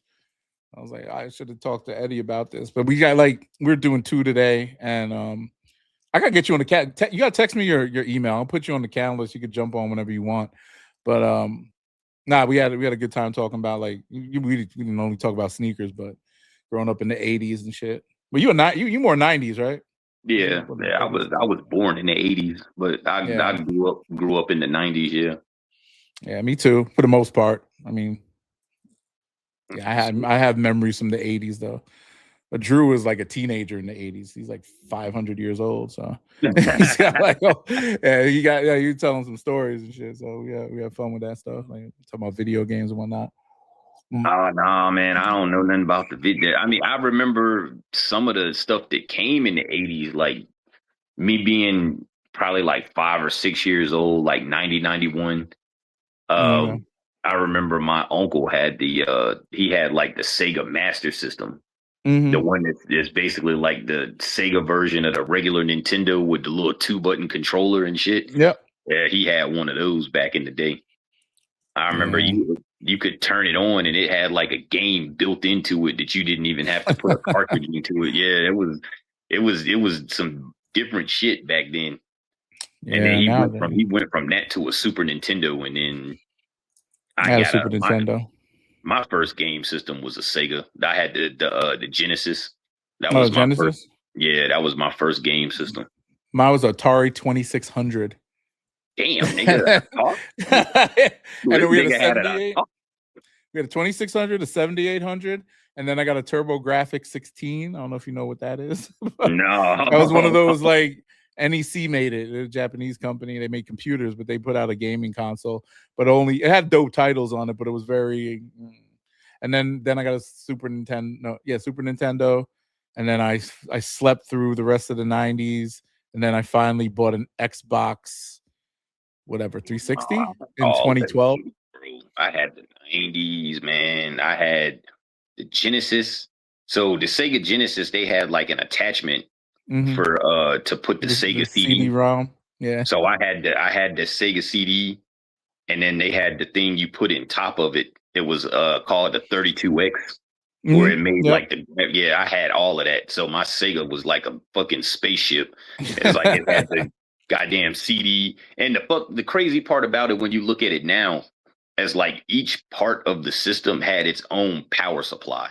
So it was like you had the fucking 32X had its own power cord. The Sega CD had its own power cord. The Genesis had its own power cord. And then they all plugged into the TV. So you had like all of these fucking cables for one system. And it was like, God damn. And now you get 6 games on an SD card. Just put you throw this shit in there. Because I had that, and then I went to the Sega Saturn. I had one of those. I still have it. I still have all of that shit in there. That still work? Does the CD still work? Because I heard that one was kind of janky. The Saturn. Sega Saturn, I still have it. I got the Nintendo 64. Still have that. You play Bond on there? James Bond? You play James Bond on that? Yeah, I got 007. I think everybody should have that. That's a classic right school, there. Yo. That was crazy. We used to play that in school. Wait online. This one kid had a Nintendo 64, and his dorm room, it'd be like 20 niggas in there, and there'd be girls in there too. And he had the 4 controllers and everything. So we were playing the multiplayer joint. It was wild. So I was like, I had the Dreamcast. Still got that one. I got 2 of them. I got the regular white one, and I got the black one, the Sega Sports Edition one. I got that one too. Oh, so he was a big gamer. Yeah, I used to be. Yeah, I'm like I don't really play games like that no more. But I mean, shit, the last game systems that I bought, I got the PS4 and the fucking Xbox One, but I never bought a PS5. Well, no, I did buy one, but I sold it. Yeah, but I flipped two PS5s and 2 Xboxes, the Xbox Series X during the pandemic. And I kept one of them. I was like, I got the PS5 during the pandemic, and then somebody offered me fucking like $800 for it, and I was like, fuck it, here. I sold mine for a rack. Yeah, I sold it for a rack. I got the pre-order on what was it, Best Buy? And when it shipped out, they were still going for like $1,000 on resale. So I sold mine for $1,000. And I had another one that I bought 2. They let me buy 2 on Best Buy, which is crazy. So I had one coming in, I sold one, and paid for half of the other one. What was that? How much was that when it came out? $500? No, so it paid for itself. Yeah, it was $500. Yeah. Yeah. That dude was crazy, like, he was like, I give you $800 right now, and I was just like, fuck it. Yeah, I'm like, yeah, I'll take that. Spend a lot of money on video games. I mean, because you gotta remember, it's like a lot of the new systems when they drop, they don't really have a whole lot of games, and it's like they take a long time to make games now. Like you remember, in the PS2 era, it was like fucking a new game every week. It was a new game coming out, and it's just like now they'll say we got this game coming. And then it takes like 3 months for the game to come out. And then it's like, damn, you spend all this money on this game system and it ain't even no games for it. So it's like, you just got it sitting here, and they still, I mean, if you look at the game, the title list for like a PS5, even now that it's been out like 5 years, they still don't really have that many games. Yeah, I know. Not as many as like even the PS4 dropped games faster, so it was like they had more. But I mean, it's the 5's backwards compatible with the PS4, so you can still play your PS4 shit. So And everybody got now they play on the PCs and stuff with that Steam shit, so you could just play across all the platforms and not even think about it. Oh yeah. It's I crazy. actually thought about that shit. Instead of getting the new console, I was actually thinking about getting a PC. You know, if you got the money and play enough games, I think it's worth it. I don't play enough games. That's why I like the console. It's convenient. You know what I'm saying? If I want a game, I download it, and I think I have that Xbox Now or Live, whatever the fuck. I pay some monthly subscription for some shit that I don't even. I play my Xbox maybe once a month with my friends. You know, we play like Call of Duty or whatever. Right. You know? So this is Sabrina 4. Did you see the Sabrina 4? It's kind of dope. Fuck with this. The Sabrina 4. I never bought one of her sneakers. I heard they're good though. Yeah, I said a couple of my homeboys played ball in them, and they said that they straight. It's a good hoop shoe. I saw some Harden 10s the other day that were for sale that looked great. They had like this royal blue color. It looked crazy. It was all blue.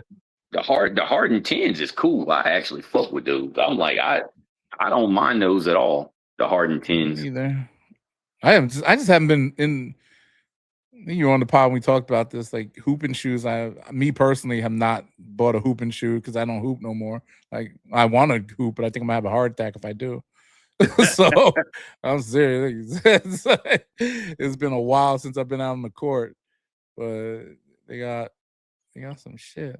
Oh, they got the spring shoes. Yo, there is nothing. We were talking about how like some of the stuff right now in the culture is kind of like lame with how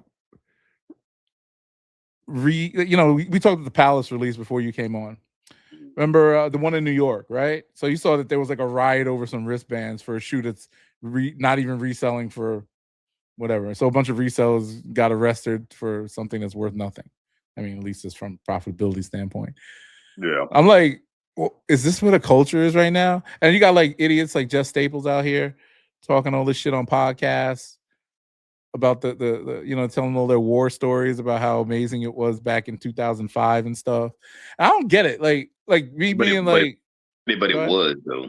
But it was, yeah. But the culture was so much different 20 years ago. I mean, it was a different. There's no gatekeepers now. Sure. I think there's less gate. I mean, it's like with music and all types of shit, right? Like there's cultural gatekeepers. Yeah, but you'd be considered a gatekeeper. I think like people like you are gatekeepers, meaning you can say what you want or whatever. You hold some kind of prestige, and because you've been in the game for a minute, mind you. It's not like you're famous on the internet like Mayer or Fat Joe or whoever the fuck collects shoes, right? Or those guys at Complex. But you're an OG, like you know your shit, right? So you can talk your shit. And I respect that, and I respect your opinion, but at the same time, everything's so accessible now. So all the war stories to me are funny because I'll be like, nah, I can just go on StockX and buy that shit, or I can do this or that, and I think to me it's funny. But then at the same time, like if I was maybe 15 years ago, if I got into the shoes then and looking at it, like guys like you, Greg and George and all them doing it, I would have been like, oh shit. That's why when I went up to their podcast, like the Sneak This podcast, I was just like fanboying. I'm like, oh shit, y'all are. And we didn't even talk about sneakers. I'm just like, yo, y'all are just those guys I listen to sneakers about. You know what I mean? Right. This is a weird, yeah. I guess for me, it was a little different because when I went on it, it was like they were just more like it was like talking to like your peers, It's like because they were outside, I was outside with them, I mean, granted, I didn't know them, and I was on the East Coast, but we were doing the same thing, so it's like a lot of the stuff that I remember doing, like they were doing it too. Yeah, so, I respect that. That's what got me into this shit. Now, mind you, I'm never gonna stand outside for no shoe. I don't even like going to the store. Like when I used to win raffles and it was an in-store pickup, sometimes I skipped that shit. If it was a good shoe, I wouldn't even go. But I feel like now they made it so now there's no more in-store pickups. Like for real, like unless you choose that, they have the ship to you options now, all that stuff. So I feel the culture is just in a different place unless you go to events like Sneaker Con or Complex Con, right? These festivals and these fucking conferences that are kind of just a place for a reseller to prop up a table or a brand to endorse their new whatever. It's just it is what it is. But I think it's I don't know if it's better or worse. You know, I mean, it's like you said that these events now are not like back in when they started. I'd say probably. I mean, they had them in the 2000s, but they weren't really as prevalent. I'd say like in the early 2010s, like 2012, 2013, 2014, like those years, like SneakerCon was dope, and it was more so about it was about the people. So you go there and you would just go there to just chill. You go and look at the people's tables. They had a collection out. It wouldn't be for sale. It would just be for, just to show it off. And, people would go and talk to the people, the people with the table and ask them about the shoes, and they would tell them about it. This is where this came from, whatever. And then you would just meet other people that were, into the shit. And I mean, I've met a lot of cool people at SneakerCon, but it's like you go to SneakerCon now and it's, like you said, guys it's walking like a around bunch trying of to sell resellers running around. All of the tables, everything is for sale. Most of the tables got a bunch of fake shit. Like it's. I mean, come on, man. You go and look at these tables. Like these niggas that have like a full size run of like Off-White ones, a full size run of Freddy Cougar dunks. It's like, where the fuck are you getting this shit from? It's like, it'd be dog. some random dude. Like, how old are you? 22? Like, how the fuck you get this shoe? Like, right? Yeah, it's like you don't even know what this is. It's like it's all about these new sneaker cons. It's just all about these young kids up here just trying to clout farm, and that's it.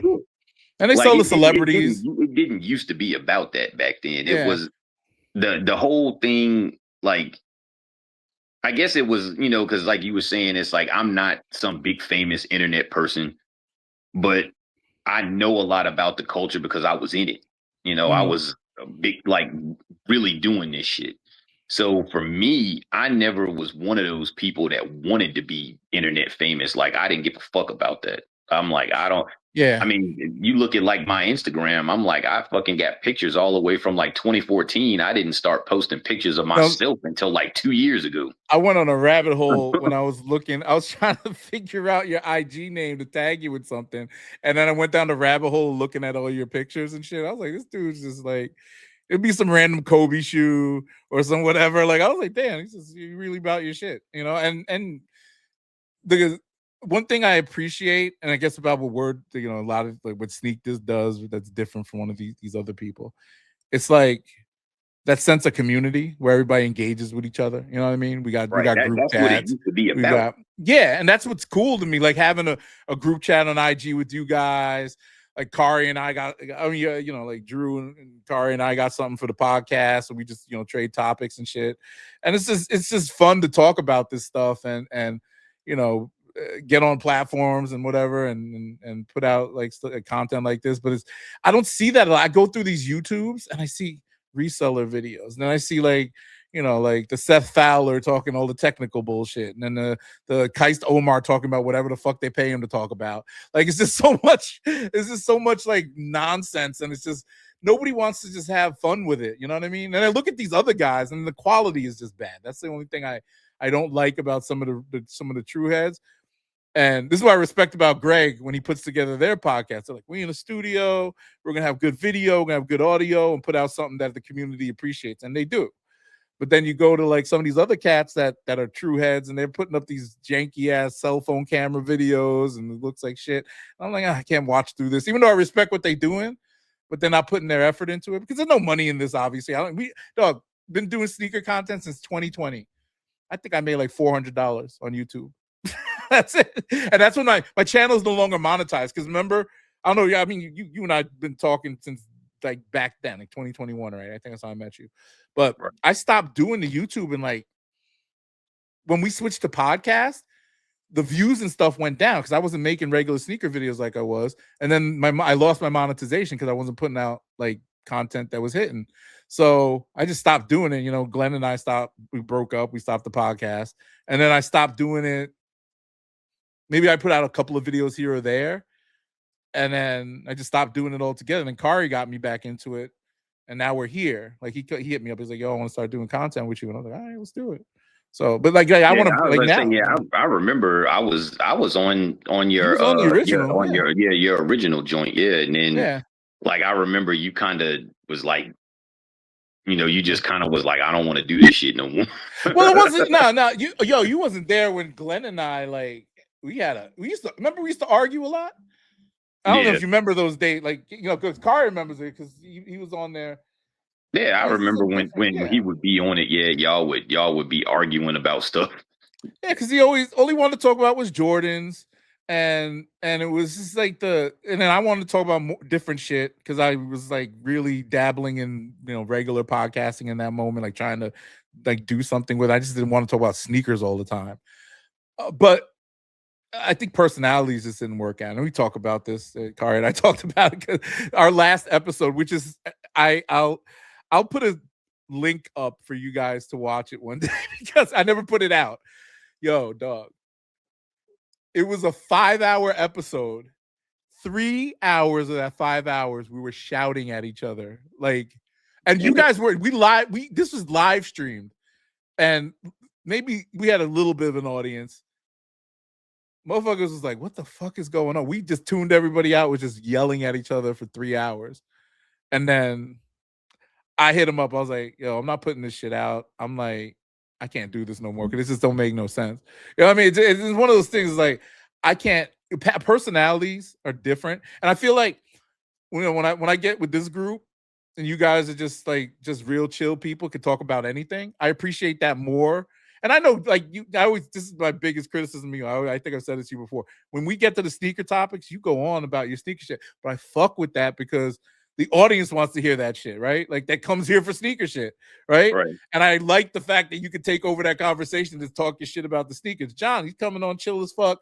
He'll bring out his fucking dunk collection and all this shit, and you guys dropping these rare shoes. That's what I like doing with this stuff, man. It's fun, and then we get into these crazy, Drew brings us old Drew's perspective on a lot of things is funny. So we just talk about all types of different stuff, and then Kari comes with this he just drop some intellectual bomb and make it all sneaker oriented or sneaker adjacent. So I like that shit. It's fun, and it reminds me of what brought me to that Sneak This podcast. Because I don't know about you. I know you tried the podcasting thing a couple times. Are there sneaker podcasts that you fuck with on a regular basis that you can actually listen to and be as relatable as Sneak This or what you do with us or whatever? Is that that makes you just want to hey, I'd fucking have a drink with those guys, not just talk about sneakers? Man, sneaker I mean, I don't know if you've ever met or seen me do lives with my boy JB. He's one of those guys. Me and him. That's the dude who microwaves the shoes. Is that guy? No, that's the dude with the glasses. Yeah, no, that's Mac. That's the one I was doing my podcast with. Yeah.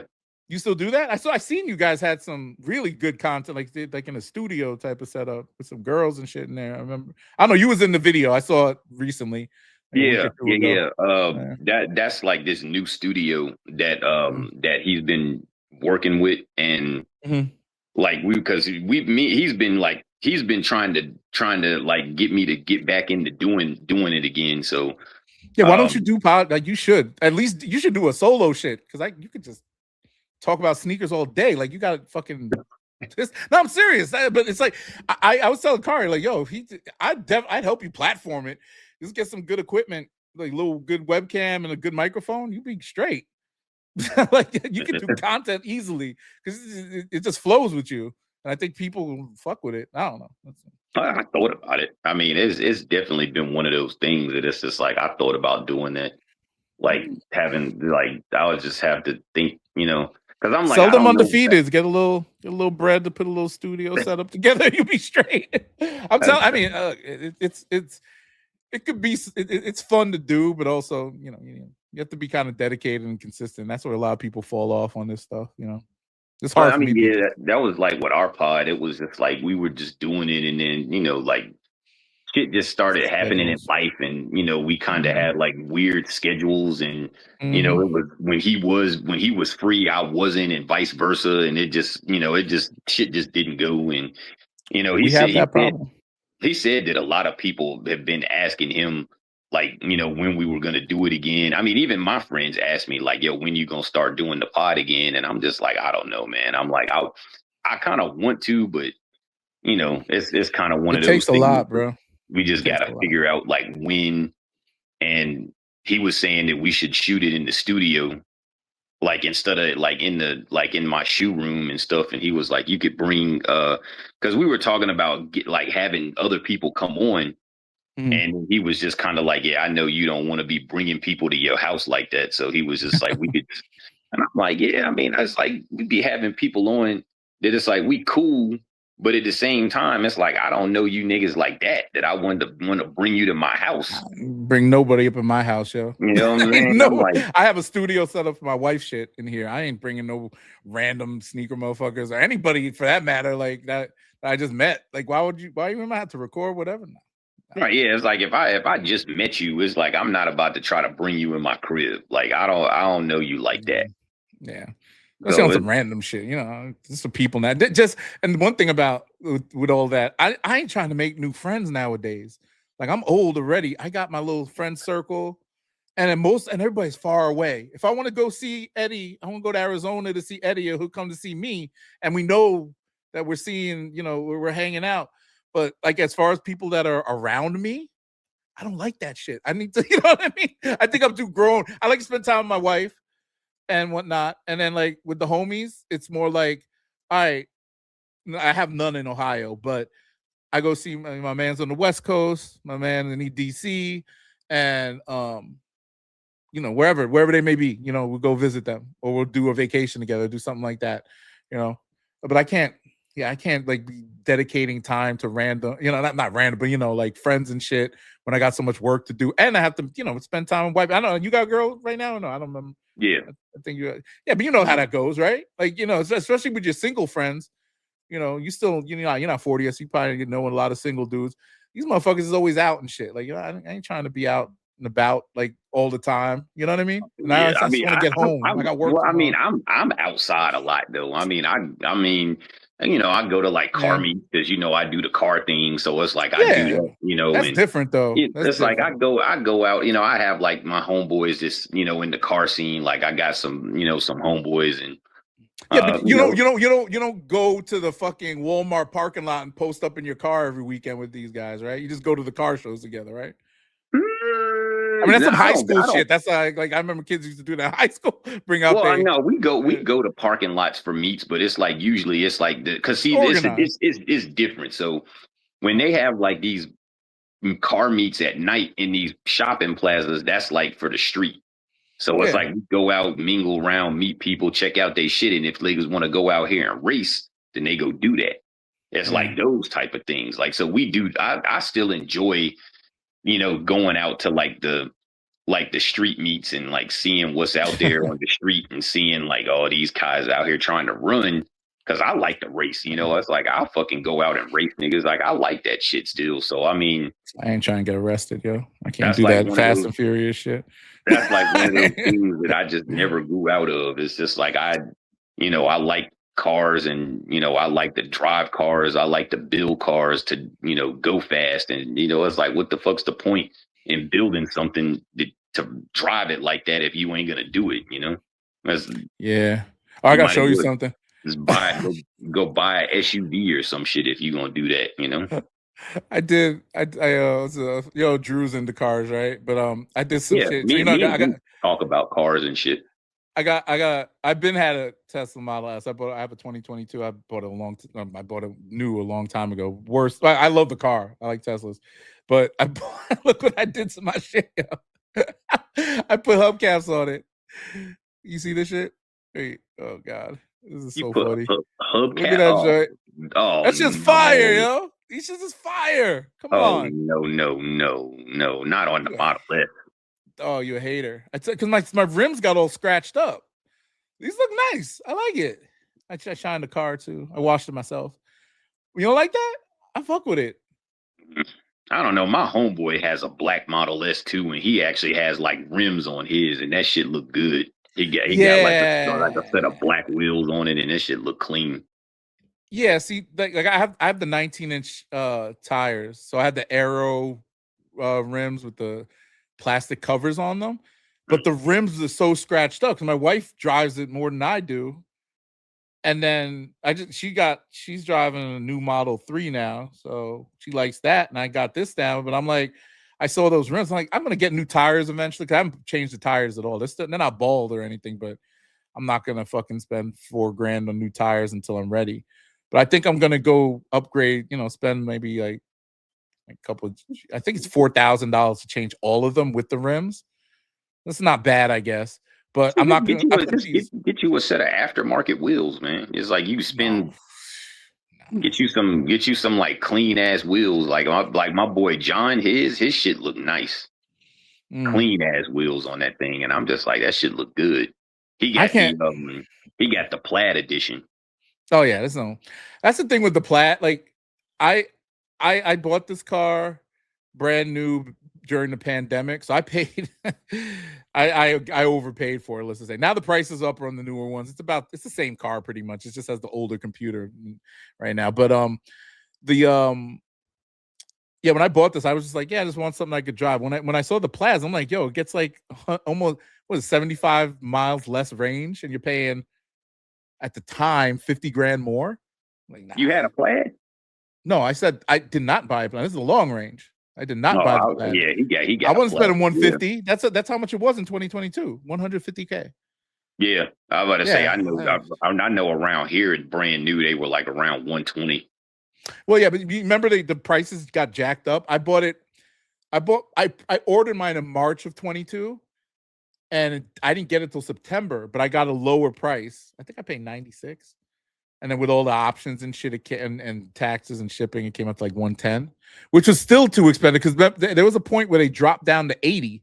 Mm-hmm. And I was, this is a little bit, maybe like a year after I bought mine, they dropped down to $80. I was like, fucking hell, man. So they were cheap out here, like, because John got his plaid. I think he paid like $75 for that thing. Brand new? No, it was like a year old. So what year is it? 21 or 22? His is a 20. It has to be a 20. Well, I don't know. I don't even know who John is. Sorry. Well, I want to say I think his is a 20. I think it's a 22. It's either a 22 or a 23. Okay. And he bought it. 75. I think that would be like a 23. He bought it in. I think he bought it in 20. I think he bought it in 24. Oh, they were still going for pretty high back then. And he paid. It has to be a 21 then. He bought it for like $75,000. It has to be a 21 then, the original plaid. Because what kind of screen does he have? The vertical screen or the horizontal one? You've been in the car? I don't know. I mean, like the vertical. I want to say it's the. I think it's the. Is it the horizontal one?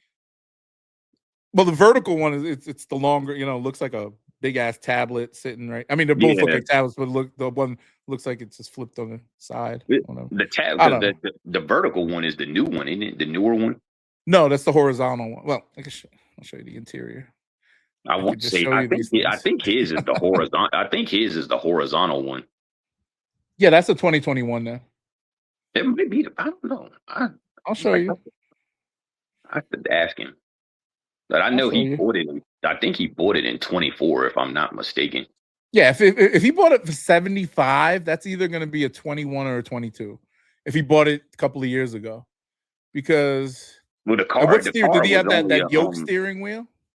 Because the car was only a year old when he bought it. Like it wasn't even, I think it had. I think it might have had like what 10,000 miles on it 10, when he bought it. Mm-hmm. Oh, you better not. Hopefully, you didn't come from outside. This is brand new. I just opened this up today. I literally got in the mail today, and I just threw it on for the pod. It was laughing at me for wearing Supreme all the time. That's all I wear. Okay, was it this joint? This is the 26, but they changed the steering wheel. This is the regular steering wheel. Did it have that yoke steering wheel thing? Hold on. This is the inside. What? That doesn't help me. The fuck? Yeah, his screen looks like that one. Okay, so that's either he had that screen in his. So it's probably 22. If he paid 75 a couple of years ago, it's probably 22. Yeah. There was like a couple of guys that I knew out here with plaids, and most of them got rid of them shits. Like when the fucking value on them started dropping. Oh, bro. Yeah, they fucking got rid of motherfuckers Well, immediately. they going back up because now that they stopped making them, they announced they're gonna stop making them. So they're putting out one more special edition. They're making a Model X and a Model S that are gonna be like all red with some special accents that they're putting out before the end of the year. But the regular ones, all of them are going up in price. So mine, I had an accident on mine, but I have low miles. I only have like 32,000 miles on mine, so I could sell it for 35,000, and I owe like 10 grand on it. That's all I owe on it right now. So I can make some money off it if I sold it. I just can't, bro. I'm like, I can't drive electric cars. I'm like, I'm just not like, I just can't fuck with it. I love it. It's quiet. You don't have to worry about paying for fuel. You pull up to that gas station, put $70, $80 worth of gas in your car. Don't you feel like somebody just raped you? Well, I mean, that's why you drive like one of my cars. I got a Honda, and I'm like, shit, my Honda. You're still putting $80 at these prices? Like it's only a 10-gallon tank. What kind of Honda is it? A Civic. What year? Oh, sorry. A 2000. Oh, damn. Hold on, sorry. Oh, I'm like, I like to well, my shit is set up though. Like I got like a fucking K24 swap in it and all of this. Oh, you got all the it's like race car shit. So it's fast. And wait, is it a hatchback Civic? No, it's a coupe. Oh, coupe. Oh, Civic coupe. What is Civic coupe? 2000 Civic coupe. I mean, those cars are built to last. Yeah, I don't know. For some reason, it's like those golden era Hondas like that. If you've had one before, it's like you always go back to them. It's like it's even now those car the value on those cars has gone up now. It's like looking for a clean one, like you gonna pay a lot more now than you would have like 20 years ago. Yeah, all these cars now. Ago, you could get one for like clean one for probably about $4 grand, and I'm like $4 or $5 grand, and now a clean one you're looking at like 15. Yeah, because people know they're more reliable than a new car. Oh yeah, for sure. These new cars are shit now. Like the electronics in them. I mean, they're nice. They look nice, but then you drive them off the lot. If there's something wrong with the electronics and you ain't got a good warranty, that should be done. Me and the homeboys talked about this, and it was like I told them, I'm like, the reason why it's like that is because these newer cars, they're not, like you said, they're not built to last. They're built to have, and then when they break, you're supposed to just get a new one. Yep. Like that's why people lease. Even when stuff on the car breaks, like a lot of that shit is not fixable. It's if it's broke, okay, just replace the whole thing. And a lot of it's electronics now. You know what I mean? Yeah, everything is electronic. Everything is all like a gimmick. And I'm like, I hate that shit. Like, I am not a fan of. That's why I don't have no newer cars, because I don't like fucking with it. It's like it's too much electronic bullshit. And I'm one of those type of guys that I like to turn wrenches myself. I like to work on my own shit. And these newer cars, they're not very do-it-yourself friendly. And it's like, what the fuck is the point of owning it? It's like I can't do what I want to it because it'll fall apart if I do, and void your warranty. Like 100%. I'm cool off that. So I'm like, I looked at getting some newer shit, but if I was gonna get a newer car right now, I would say that new Integra Type S. Like, I do like those. I'm like, I would get one of those. I say that Integra Type S is fire. I do like. I'm pulling that out up. Man, people in your cars, yo. See, I don't get this shit. Like Drew be talking about those fucking like his Audi. Yo, that shit, yo, that's $150,000 car, right? He told me you could sell it for like 110 right now in its condition. It's a 2024, and he has so many problems with that shit. Yeah, he's bitching every day. I mean, that's what happens with computers fucked up. German engineering, man. It's like that shit is expensive to upkeep. That's why, like, this John? Yeah. See, I Like can't. I they're mean, this like is those cool. things are tough. I like those. I'm like that. How That much Type is this? S. 80? Oh, 30,000? That's it? That's an A spec package. You got to get the Type S. The Type What's S the is the one. difference? The Type S it has more power, better motor. It has like the wider fender arches. It looks way better. The Type S is the one. Mm-hmm. And I'm like, because I kind of wanted a BMW for a little while, and then it was just like the fucking maintenance on a Beamer is crazy. Well, not if you get an old like M. The older M's, the early 2000s are really nice. The M's are the worst ones. The old ones. Nigga, the old ones. This is a Type S. That's what it said on the thing. Yeah, the Type S, that's the one. Yeah. Yep. Yeah, that's the one. It's the same dealership. I would get one of those. See, I don't know. There's nothing like. See, look, you gotta really like engines and exhaust to like appreciate this shit. I look at the interior of this, and I'm like, what the fuck? Looks like the interior of a Ford Focus. Not even close. Bro, come on, look at this shit, man. That shit's got fucking Alcantara seats. I got that in my car. Well, I got like vegan leather, but it has Alcantara everywhere. That's Alcantara suede in there. That ain't no fucking. That's my shit all over the materials in there. Oh, my shit got all over the trim, all over the top and everything. The seats are fake vegan leather, but they feel good. Yeah, I have Alcantara all over the joint. I say, yeah, that's the one. I'm like, if I was gonna get a newer car, like I would get one of those. Like I like those. This looks like some fuck. Look at that bullshit. Look at oh my god, so whack, yo. Look at that. What's that knob? What is this? It's like, bro, look at that. That ugh. This is just ugly to me. I mean, look, you drive you drive it. I don't drive. I like to be in the car, quiet. I prefer if it could drive itself. My car drives itself, and I let it drive me all over the place when I need it to. Yes, yeah. To me, the inside of a Tesla is ugly. I'm just like, that shit is all plain. It's like it ain't nothing in the car. It ain't nothing in the car but that one screen, and that's it. It's like nothing. There's no details nowhere. Oh, let me tell you something, bro. Like I'm like, I can't fuck with it.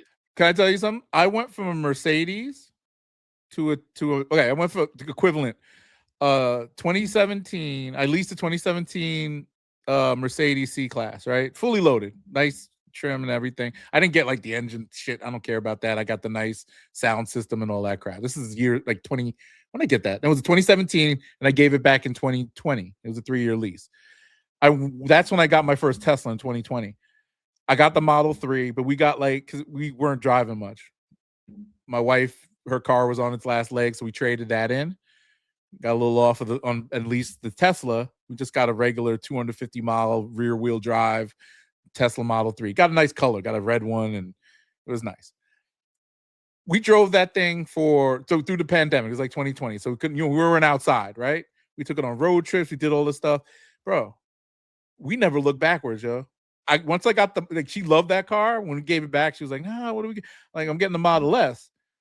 And she didn't feel comfortable driving that at first, but when she got used to driving it, shit. We're a Tesla family, I guess, now, because it's just once you get used to driving that type of car and how convenient it is. And I know like you're a gearhead, so you like the other shit, like what's under the hood and the sounds. But if you're just driving a car just for comfort and to get A to B without hassle, and just there's nothing like a Tesla. It's even I put it over the luxuries all day. I mean, I rented a Tesla once just for shits and giggles, and I'm like, I just can't. I'm like, bro, I can't with this. Take a road trip in a Tesla and with the self-driving. Fuck you, dude. I am not going on no road trip in a Tesla, especially out here. But you go drive charges out there. Come on, you go drive that motherfucker from here to Vegas. It ain't no damn charging stations between here and there. It's like, I took mine stuck somewhere. I took a 10-hour trip in that from here to Atlanta. And yeah, but I mean, there was plenty of charging stations in between. Like on the East Coast, there's a lot more of them than it is. Yeah, here. I'm sure Arizona got enough chargers.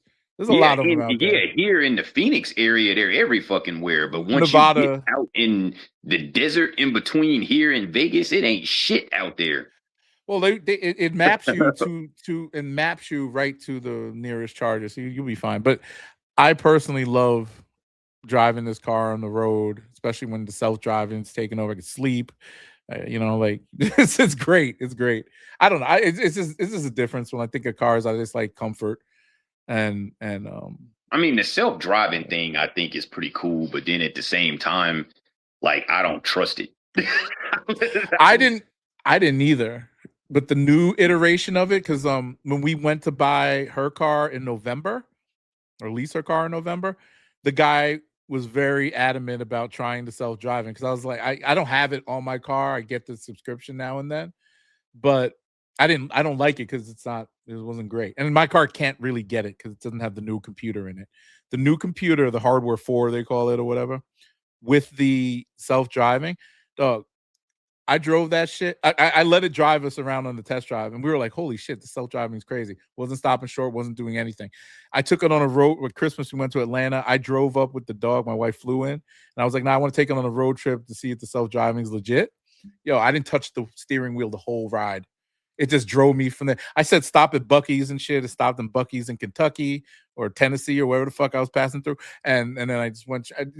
It was crazy. It parks for you, everything. It pulls right into the charging station, yo. Like I was scared. It's driving me through the parking lot at the Buc-ee's, and then it went right up to the chargers and backed in. I was like, wow. I was like, are you going to plug yourself into? And I had to get out the car to plug it in. But I was like, one day they're going to have something that plugs right in. So it's great. You're just going to pull up and then shit is just going to come out and plug right in there, motherfucker. I wouldn't. They got that shit in China. In China, they have the thing. It charges under the car. So there's something that comes out the ground and plugs right into the car. It lines it right up. It's magnetic charging or some shit. I don't know. They got some space. I like those. What is it? The Lucid. Lucids are nice, yeah. I was about to get one. I thought those were pretty clean because they actually build those here. And yeah, they're nice. They're nice. I was like, I like it. I think they look nice, but I'm like, would I buy one? Nah, I can't. I'm like, not for no fucking $100,000. I'm just like, I wouldn't. I ain't fucking with that. At the end of last year, because when we were debating on what car to get, because the car got in an accident in November, I was looking at the Lucids. I was like, all right, once the car is fixed, I'm gonna trade it in and get a Lucid. And I was looking at it, very nice. But then I'm like, shit, I ain't going through this car payment bullshit again. You know what I mean? Like, dog, I would have been paying, if I put down 10 grand on it, and they had a very good one, like the middle package. It was like 80 something thousand, right? And they gave a lot of incentives. It was still been a little over $1,000 a month to pay for that car. I'm like, I ain't trying to do this. And plus, we need to get a second car because the wife got to have a car now.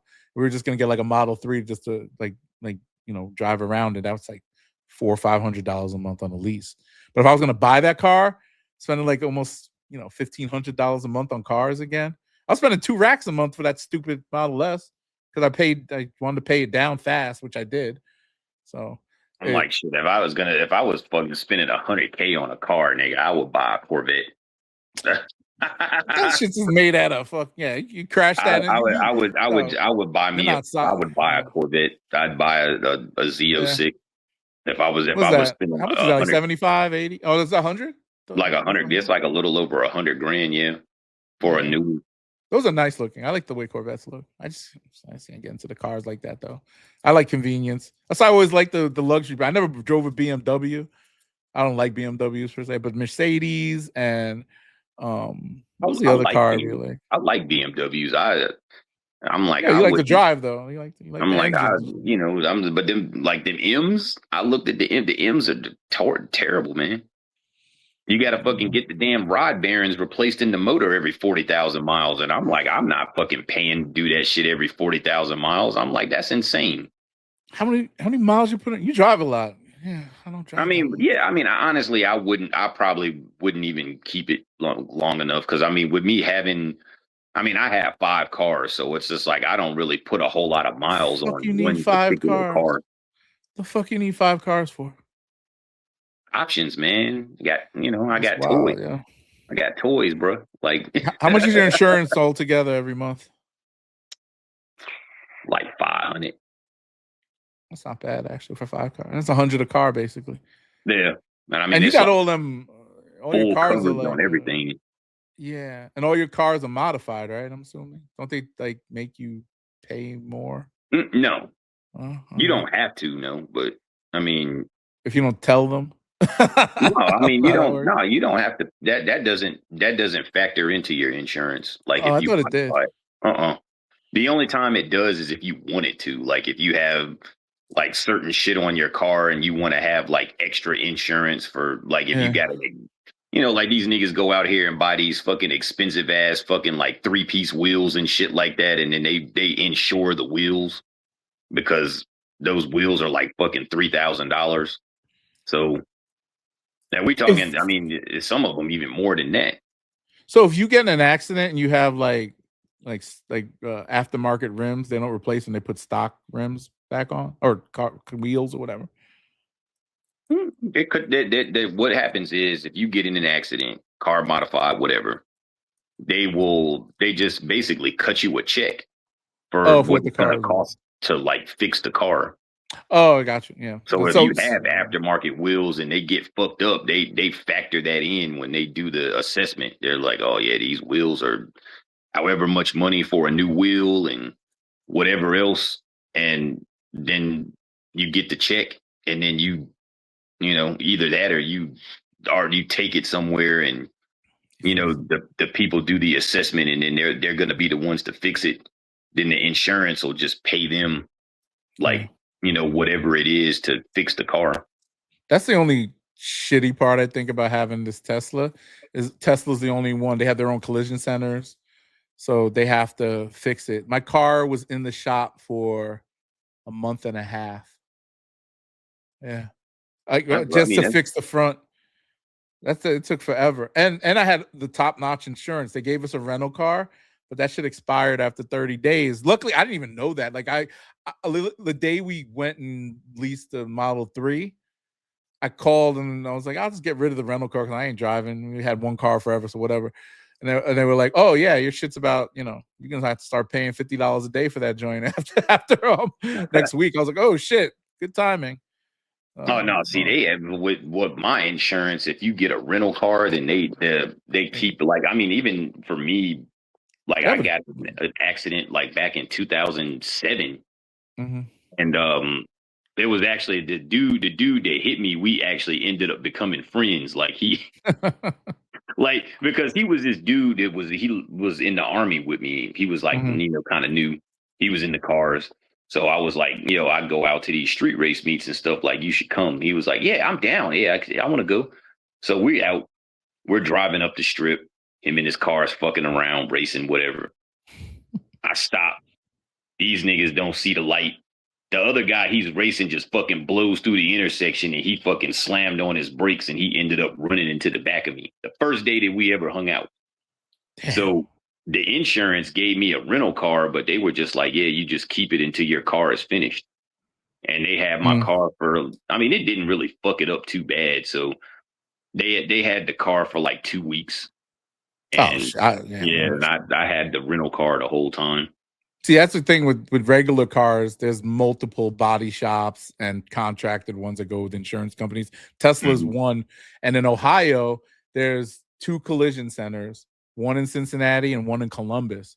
So they had to pick up my car. And that was another thing. My car was sitting all banged up in front of my house for like 2 weeks because they couldn't get a tow truck out here or a flatbed truck. And I'm like, they were just like, oh, you know what? We're having, can you just go get one yourself and we'll reimburse you? I'm like, I have to go get one myself. And there's only 2 tow truck companies that tow Teslas in Dayton, Ohio.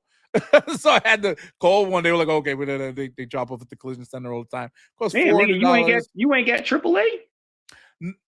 No, I had my insurance. My insurance supposed to cover all that. I had the best Tesla insurance there was. That's why I got a rental car. So the rental car, this is what we got.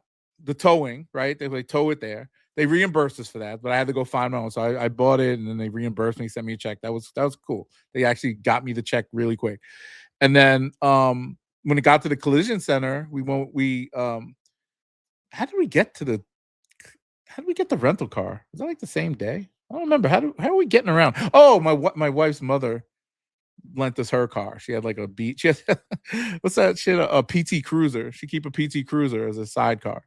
So we were driving a PT Cruiser for a little bit. Then we got this rental car, which is like a Kia Soul, which is basically a PT Cruiser but a Kia.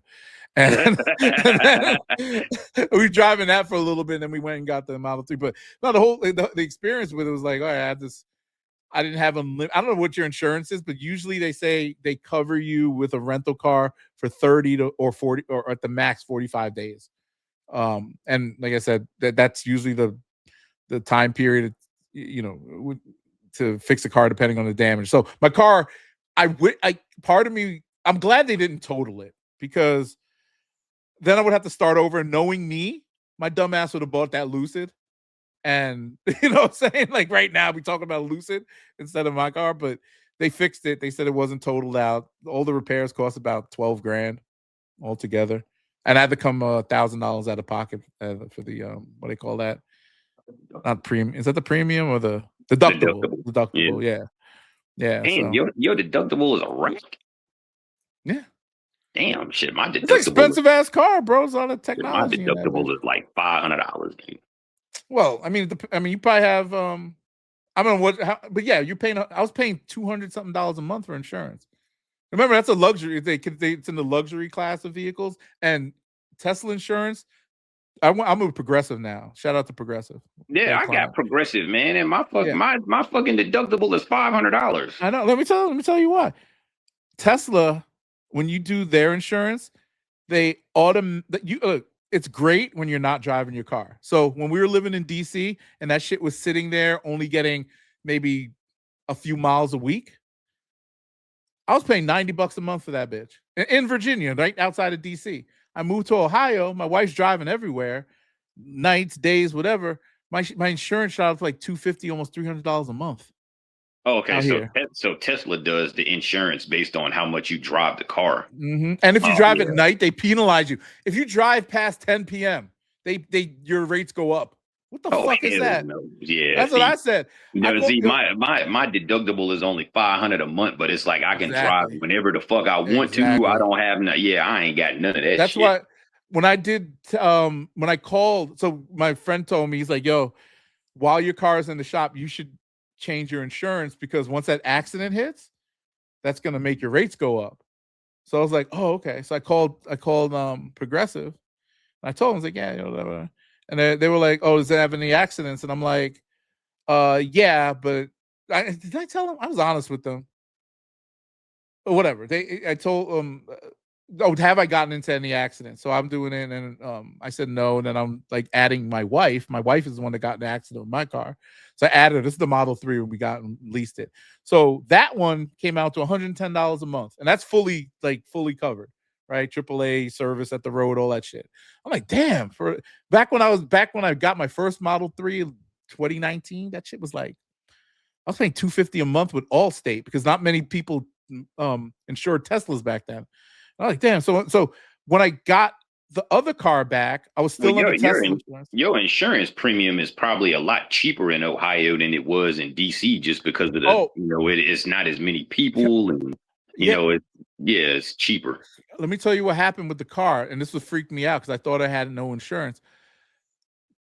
I forgot, because Tesla insurance is terrible. There was a point in time when we moved out here in 2023.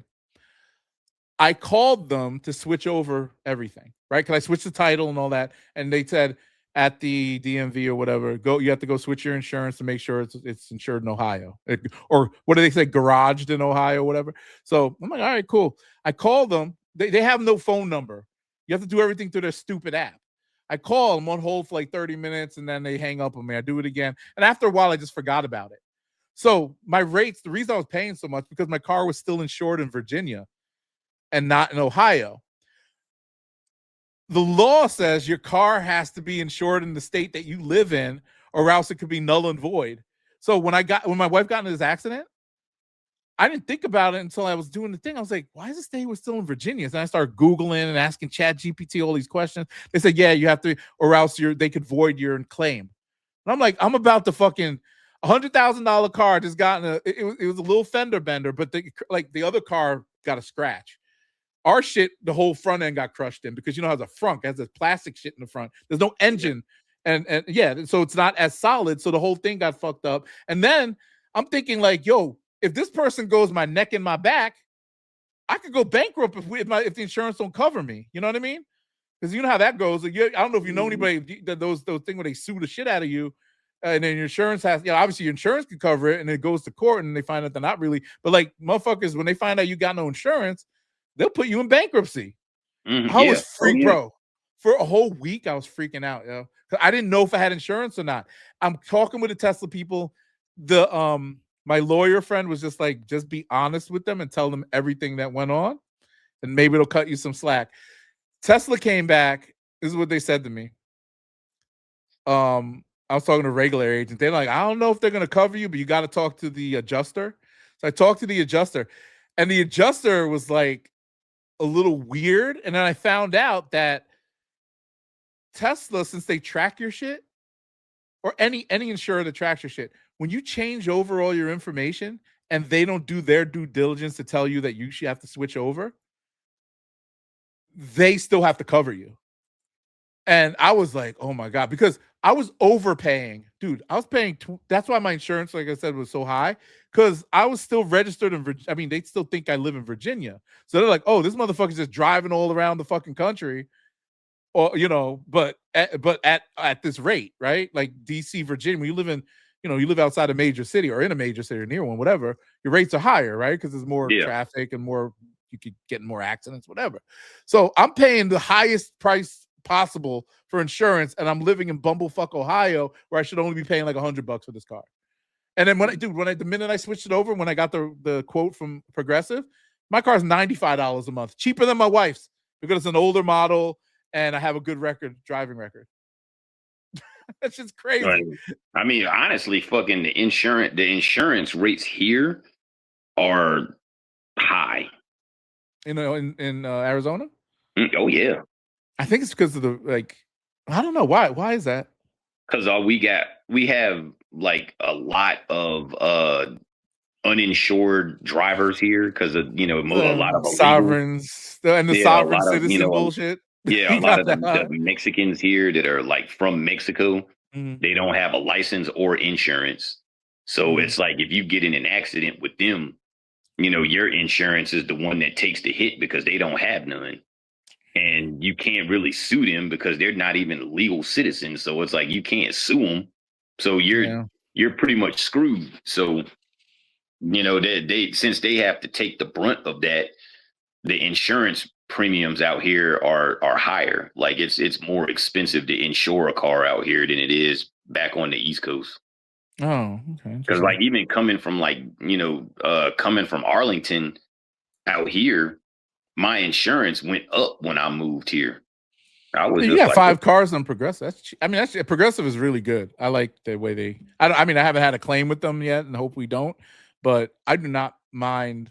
I pay the whole premium off. They give me 10% off if I pay it all up front, or 8% or something. They give me some random whatever, but it's worth it. I think it's a good company. It's not bad. I mean, because I had USAA before, and you get discounts with them, right? Hell no. I mean, that bullshit that they get, man, come on, dog. Like I'm sitting here, like my insurance with them was fucking, I was paying like $400 and something a month with USAA, and when I only had 3 cars. Now I switched over to fucking Progressive and my insurance went down. I gotta bundle my home insurance. I was like, my insurance went from like $4 something a month to like $280. Did you bundle your home insurance with that? No. You should. I heard you get a great. I have to do it myself. I haven't thought about it yet, but if you bundle it, you get more discounts on top of your cars too. They take more off. About it. I thought about doing that. I was just like, maybe I'll fucking bundle my home insurance just to see what it'll do.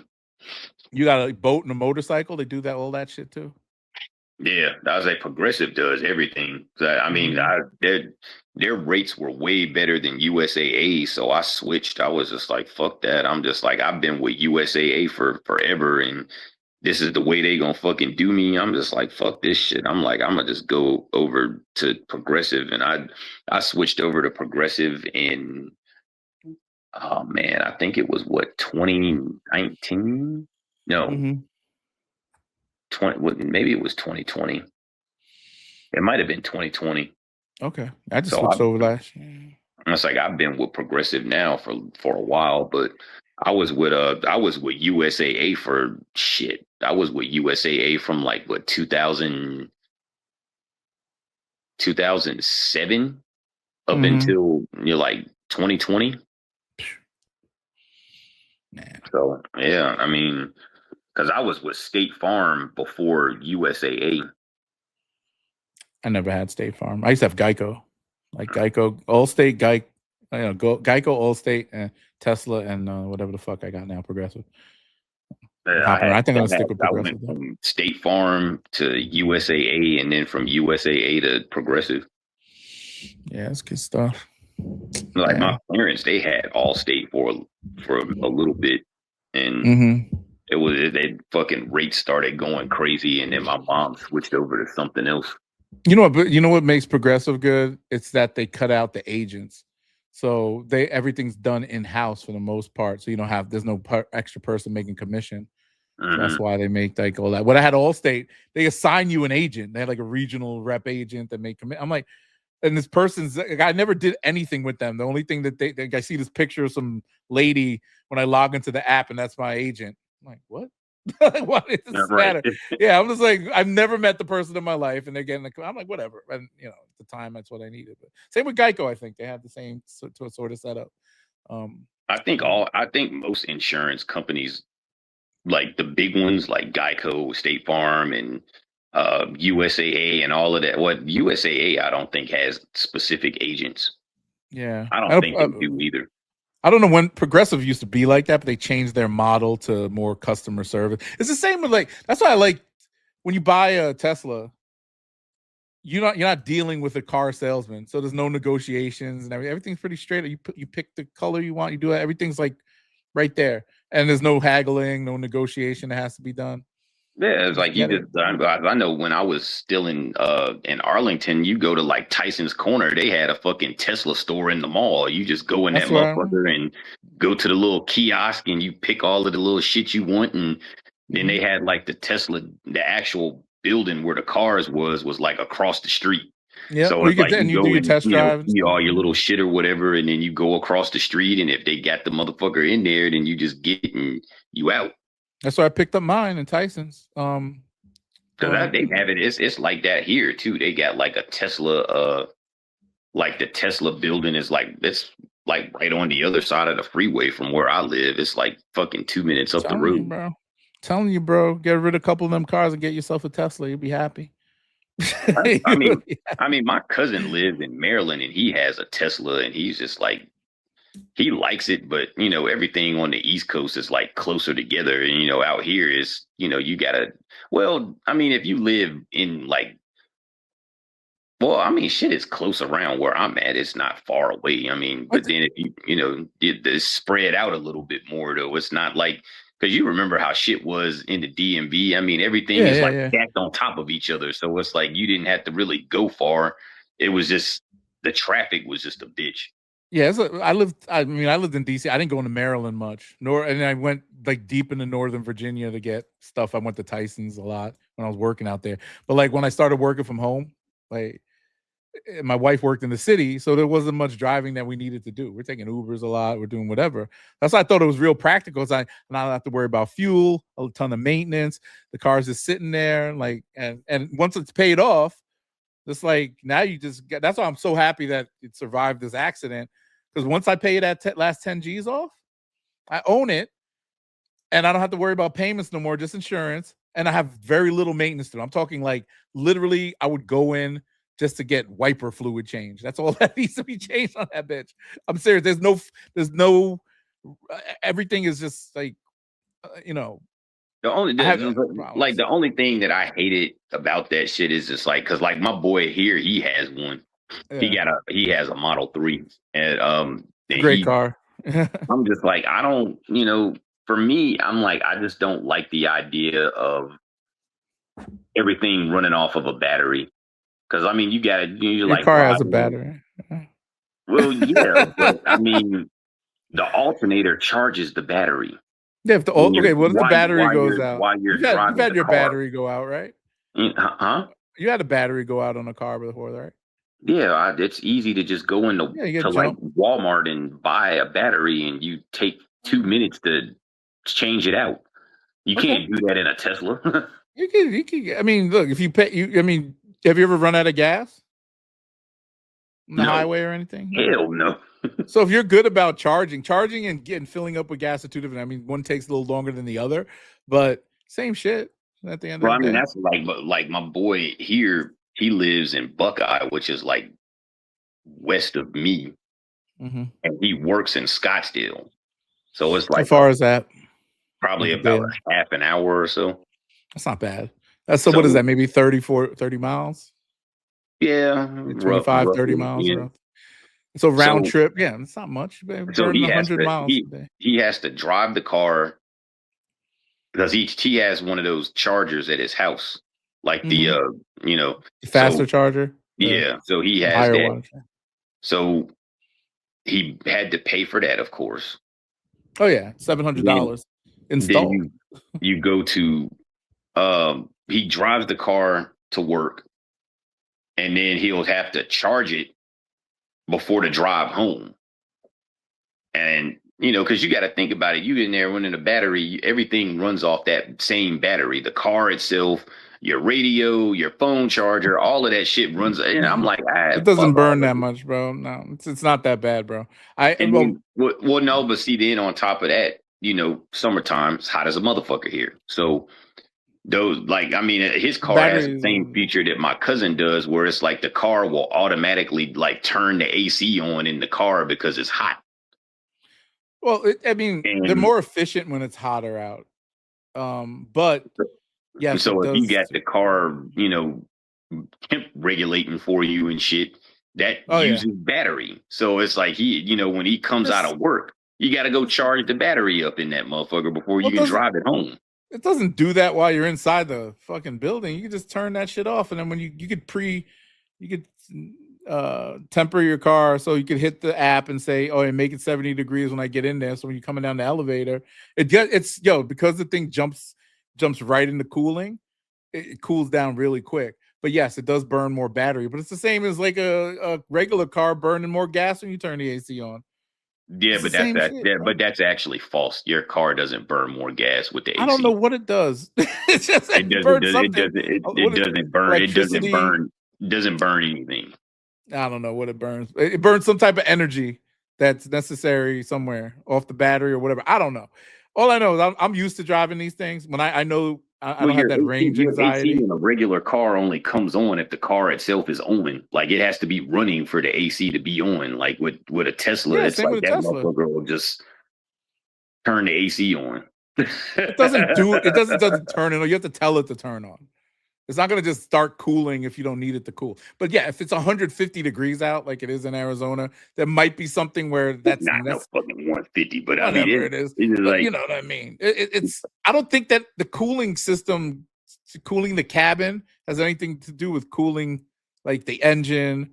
I mean, the battery or whatever, because the battery's just there when it's warm. Because the battery hits like pretty high temperatures when it's running. So I'm assuming high temperatures don't bother it. Colder temperatures No. I'm talking about the inside of the car. Like, because my cousin said that his car during the summer, he is in Maryland. His shit will like automatically turn the air conditioning on throughout to keep it cool. That's a choice. During the winter time, it does the same thing with the heat. He needs to turn that off. That's some setting that he has on there that's stupid. Because mine doesn't do anything unless I tell it to. If I I don't even use it like that. My wife has been pretty good with it. So like in the wintertime, she likes it warm. So she will turn the seat warmers on and all that stuff right before she goes to the gym, and the shit's ready to go. But like she's only going like a couple miles away from the house.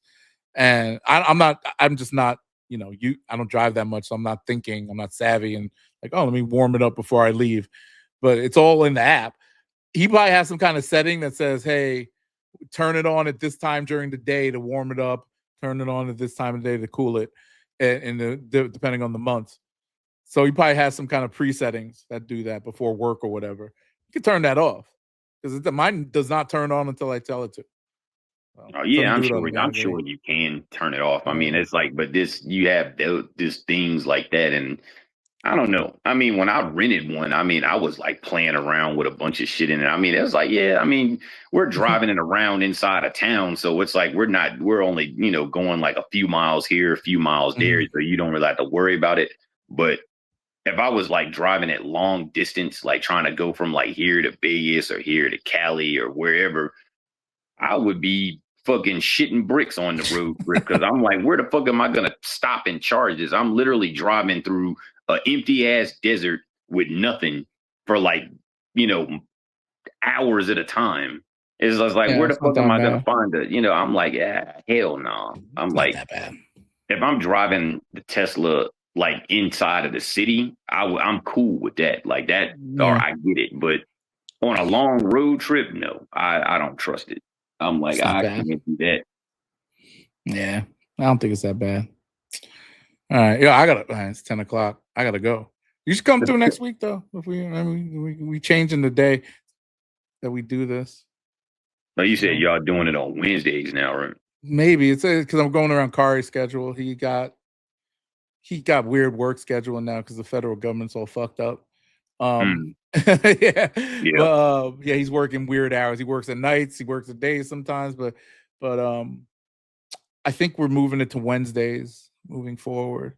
I can't find your email anywhere because I put Jonathan on the joint.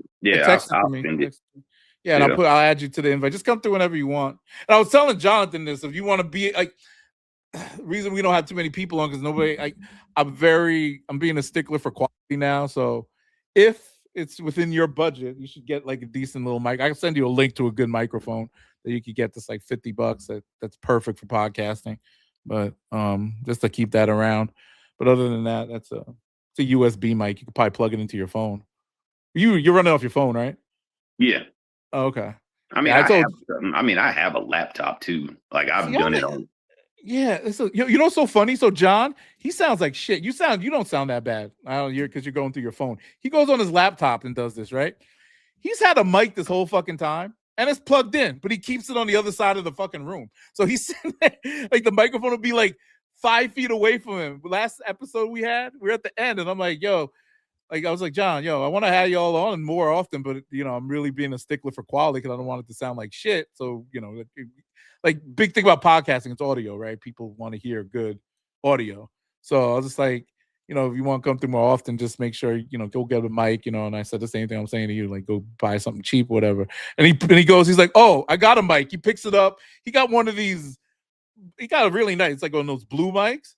I'm like, what the fuck? You been had that this whole? He's like, yeah, just keep it right there. I'm like, bro, you're supposed to right here, right.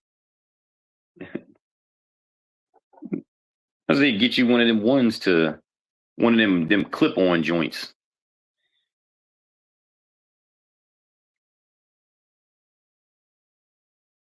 Yeah, like that. Yeah.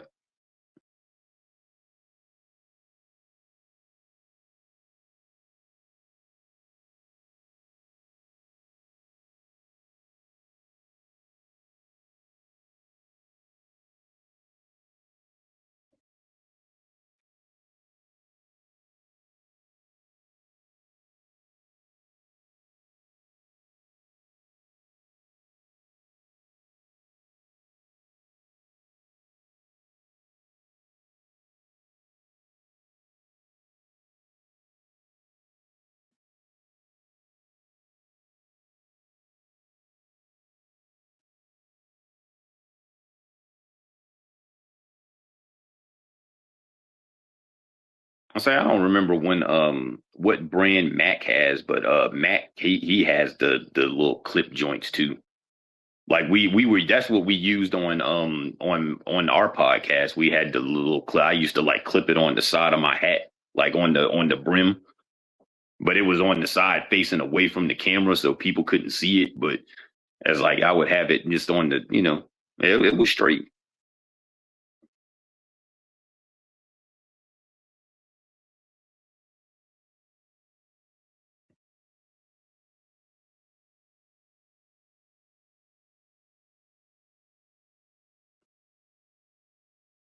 I'm saying, oh, you didn't went quiet now. Like it's like now I can't hear you.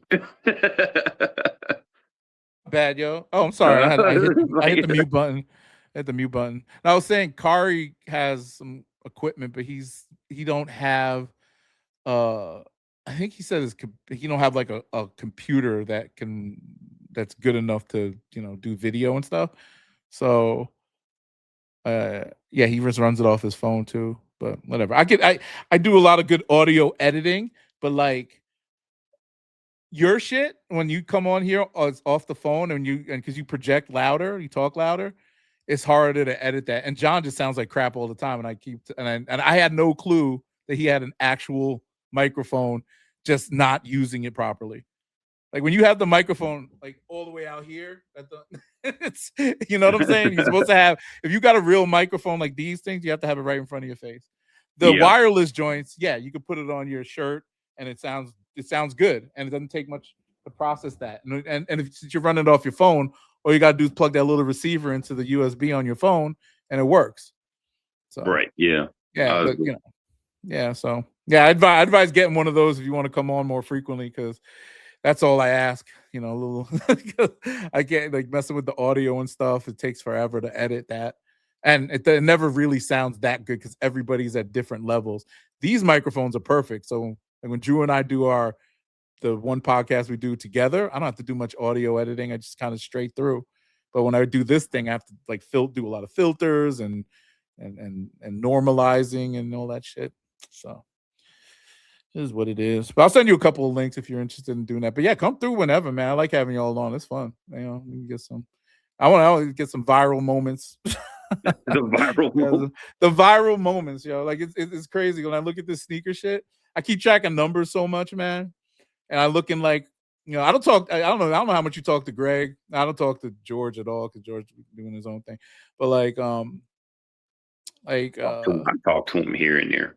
Yeah, this is because I should keep better contact, because like as much effort, they don't put much effort into it, because now it's kind of like, you got your following and you got some sponsors and stuff now, but they would be doing so much. But I told Greg this when I met them, and I told the story to you probably once or twice, that like if they put just that little bit of effort into just like pushing, I don't know what it is, like the personalities are there. I don't think he's investing enough into like doing the clipping stuff now, because that's a big thing.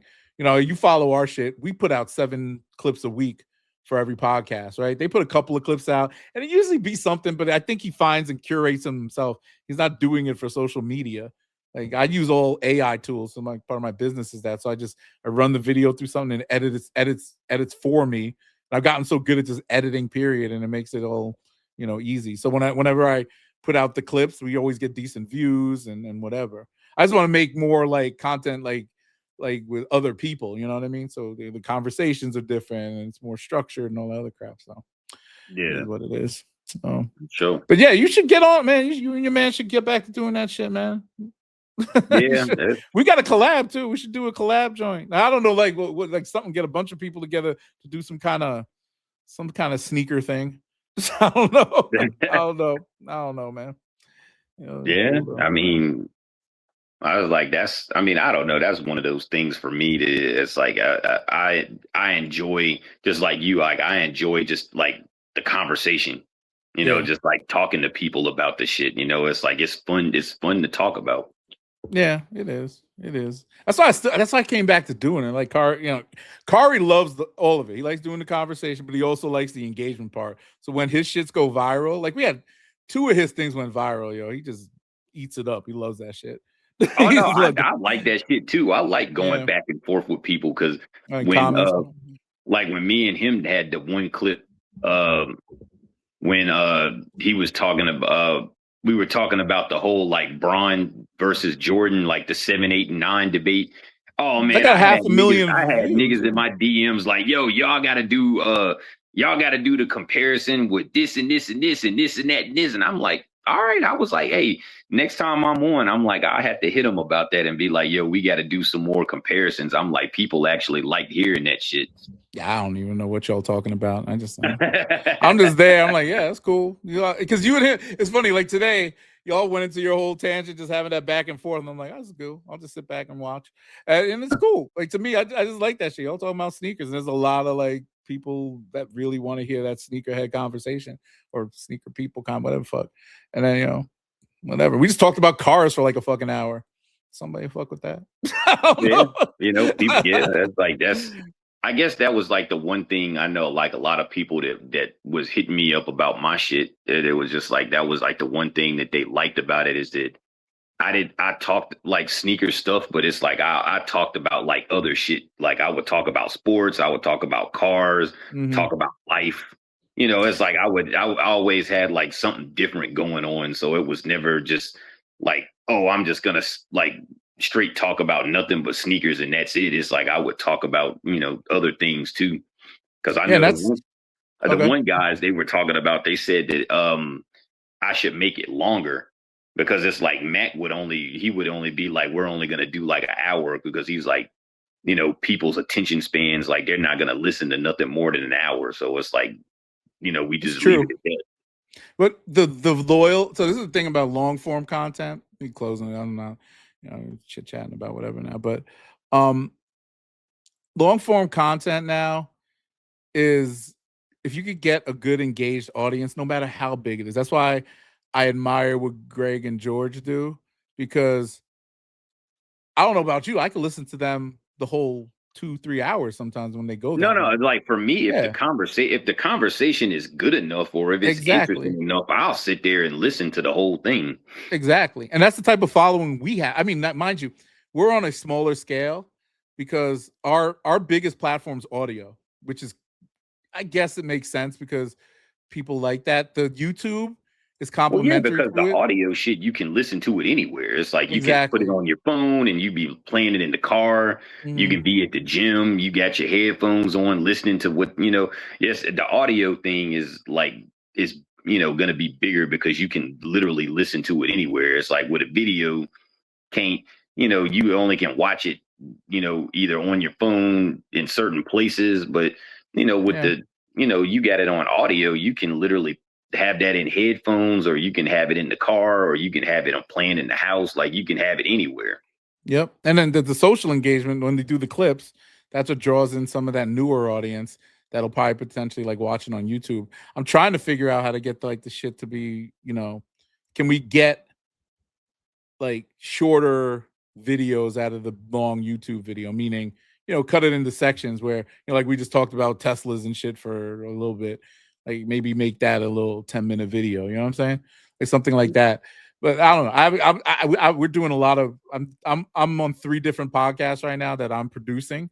So it takes forever to do some of the editing. Plus I do my wife's podcast for her, and that's a whole production. I don't know if you've seen that shit on my socials, but her and her mother do a podcast, and this whole studio behind me is all built for that. Like there's 3 cameras, and I edit that, like, and it's whatever. It's working because they got sponsors now and stuff, but that's more of an effort than this stuff. Yeah, it's crazy. Like they've only been doing it since August, but the consistency and the quality of the content has gone up. Their engagement numbers are crazy. People actually watch. It's a different demographic. It's Black women. They watch it on YouTube, and I look at these numbers. Like, let's just say they get 300 views. They'll get like 15 minutes average watch time.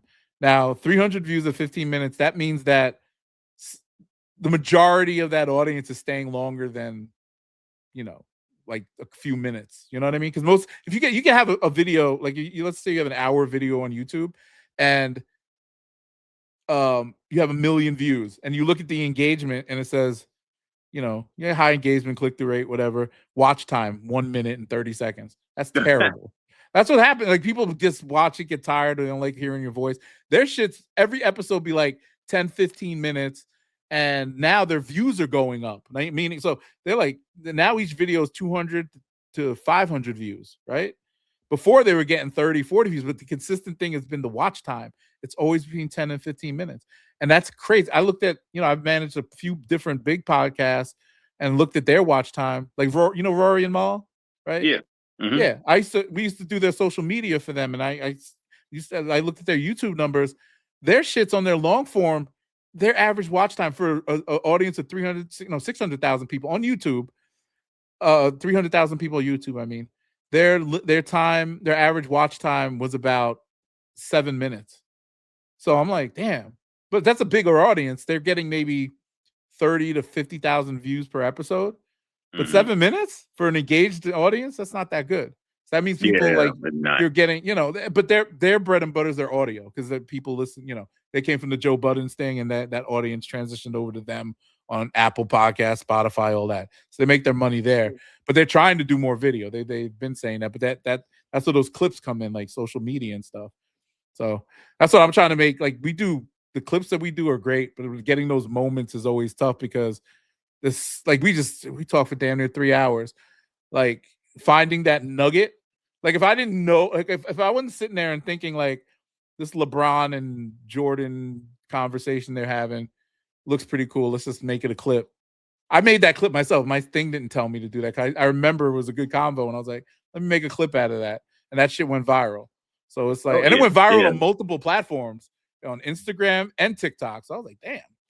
Because they had like that, because we did the one where it was me and Kari, the one where he first said it, when he was just all like, yeah, hot take, like, and then we had that one, and then we had the other one that we were talking about it when it was me talking. Like, I think I was talking to you about it on the other one. Yeah, but you were on both episodes though, right? Yeah, Yeah. So and I think they were all of us were on it, and I was just like, so it's like people are talking like, oh, no Jordan, is this, like, I was getting motherfuckers in my DMs hitting me up like, y'all niggas are crazy, like, what are you talking about? I'm like, bro, come on, man, like, that's what I'm talking about, man. That's what it is. Like, you're talking about middle of the road Jordans versus LeBron's like best shoes ever. It's like that. Come on, like, you can't. That's not a fair comparison. It's like, if we're gonna talk about like his 7, 8, 9. LeBron 7, 8, 9 is his best shoes. You put those up against, like, what would you say, like the Jordan 1, 11, and 4. It's like, what are we? The Jordan would win that battle easily. Yeah, the Jordans are gonna win that easily. But that's, I know. 7, 8, and 9. I wouldn't even debate that. Like, I'm not even a Jordan guy. I discredit everything Jordan does in his life, and I still give him that shoe battle. I'll give him that NASCAR bullshit. No, y'all cheating. I don't know. They padding the stats there too. That's a whole other. I think it's a billionaire, man. He can hire the best drivers. He's like, oh, he's this good. Like, we getting him over here. Like, you come on. They do have the best driver. Yeah. That's he winning there. Like, when you can afford to pay the best drivers, you gonna have the best racers. It's like, I mean, this dude's a billionaire. It's like, he can pay anybody. He got, and the types of eyes that he's bringing to that sport now, because everybody's paying attention because he's involved. That shit's gonna be like, it's gonna be right up there with like Formula One at some point, as far as like how it's taken. No, you don't think it'll be like Formula One one day? There would be on that level. I guess it's different demographics. Formula One's like rich people. You talking? Well, no, I mean, Formula One's like rich people, but it's like, if you're an actual like car person and you like racing, NASCAR is boring as fuck. It's just a whole bunch of cars driving in a circle. It's like what, F1, they're actually on like a track. They got to slow down. They got to speed up. They got to go through these tight turns. Then they got sweeping large turns. They got straightaways. Like, there's everything, it's a whole different, and the cars are way faster. It's like those Formula One cars are way faster than the NASCAR. And I don't know nothing about it. Like they're faster than NASCAR, and the tracks are more complicated than just driving in a big fucking circle. Now, granted, it's not easy to drive in a big fucking circle when there's like 100 of you niggas out there, and you got to worry about somebody like hitting you or, doing all of this stuff. I get it. But there's like, what, 20 people maybe on a F1 track at a time, maybe more than that. And, the cars are faster, the tracks are more complicated. It's just it's more of a intense race. Yeah. When you look at like what is being done. So it takes more skill, I would say, to race in Formula One than it does in NASCAR. But then, if you look at like some of the drivers that were able to do, kind of transition, like like Danica Patrick and you know, all of these people that, you know, they drove Formula One, they drove NASCAR, like they, you know, they drove everything. Of course, it's going to be moving from one to the other. You have to learn how to do it. Yeah. Because I want to say Danica started in NASCAR and then she moved over to Formula One, if I'm not mistaken. I think so. That's the thing I heard of her. Wasn't she like one of the one of the first female drivers or the first? Yeah. I don't know. Yeah, she was one. Because I mean, there was another chick that did it fairly recently. I think she started in Formula One and moved over to NASCAR, and she had a hell of a time doing it. Oh, she's good looking. I didn't think it was. She's a good Who, looking woman. Danica? Yeah, she looked good. Yeah, know that. you know, Danica looks good. Boy. Yeah, she 40. She only 44. Danica is cute. Yeah, she all right. Isn't she like super like? Is she like a trumper? Like super Trump Junior. Oh yeah, she started in Formula One, 98 to 2004. Young, damn. Yeah. Yeah, she started really young in Formula One, like in her early 20s. Oh, not early. Wait, yeah, what? 99. I just googled this shit. When is she born 82? Yeah, she started in what year? 98. Yeah. And then she switched to Indy NASCAR in 2005. Yeah. So she did Formula One to NASCAR. She had a hell of a time in NASCAR at first because this is a different style of driving. Yeah. It looks like she was back and forth. Yeah, won her first race in 2000 Indy. She ran the Indy Japan 2008. That's an Indy car. Yeah, she didn't win any form. Oh, this is Junior NASCAR Indy Series. Oh, she won some. She won them both things. Oh, that's crazy. I hear Formula. Oh, my bad. No. She stopped doing Formula One around 2010. It looks like, or she goes back and forth. Or then she started doing NASCAR in 2011. Yeah, 2020. No, I'm sorry, 2010, and then I guess she retired through NASCAR. 2018. Oh, so she was back and forth. It looks like because it says that she was driving Formula One in 20. All right, girl. I'll take you outside in a second. I'd say she actually lives here. Yeah, she did the Indianapolis 500 in 2018. That was her last race in Formula One. Yeah, it's like she lives out here somewhere. I think she lives in Scottsdale. I mean, that's the place to live. If you're gonna live out there, that's how I would live. Nah. Nah. I mean, if you would, I think you would probably live in Paradise Valley. I don't know what that means, but it sounds nice. It's where all of the either that or if you lived in like North Scottsdale and like Silver Lake, that's where all of the color folk live, like the rich stuff live. And yeah. Oh, okay. North Scottsdale and Paradise Valley is where the money is. That's where like the rich people live. I ain't rich, but I would think I want to be around more minorities. I can't I live around a bunch of white folks right now. It ain't my thing. I mean, I feel safe out here, but I don't feel like safe. You know what I'm saying? I mean, if you want to live around minorities here, well, like South Phoenix or like Levine, like the Levine area is where like most of the black people live. Mm-hmm. But actually, even in the East Valley, like Chandler has like a decent mix of people. I'm assuming there will be some good mixed communities with some money out there. I mean, yeah, like you live in like go to like was it like Arrowhead Lake, which is not too far away from where I live. Like there's a decent mix. There's like a lot of Asian people around that area, and yeah, I mean it just depends on where. I mean, shit, my neighborhood, I got like a little bit of everything in my neighborhood. I got like a couple black people, Mexicans, got some white folks. You know, it's got a little bit of everything around here. How big are the homes by you? Like are they all about the same size? Or? No, not really. It's like different. Like it just like, you know, it's pretty much whatever. Yeah, because it's weird because where we live, well, we live off a golf course in well, you know this area, Centerville, right? So yeah, Centerville is where all of the people with the money out there live. I mean, but compared to where we were living in Arlington, this is like poor. Like if we were in Arlington, not poor, but you know, it was just the prices for homes and stuff in Northern Virginia versus here. Oh, it's a whole world of difference. Yeah, yeah. There's a whole, and it's like you're gonna get something modest for what we paid for this house with the pool and the land and the fucking community. Whatever. You paying like $500K for a goddamn townhouse in Tyson's Corner. Yeah, no, maybe more than that. No, more than that. Yeah, no. Probably like $1 million for a townhouse. $1 million. Yeah. That's in Tyson's. You go to Arlington for a townhouse or a row house, whatever the fuck. That shit's at least, and we're talking Alexandria, like that part where they have a lot of homes like that. You're saying you're pushing about 1.5 now.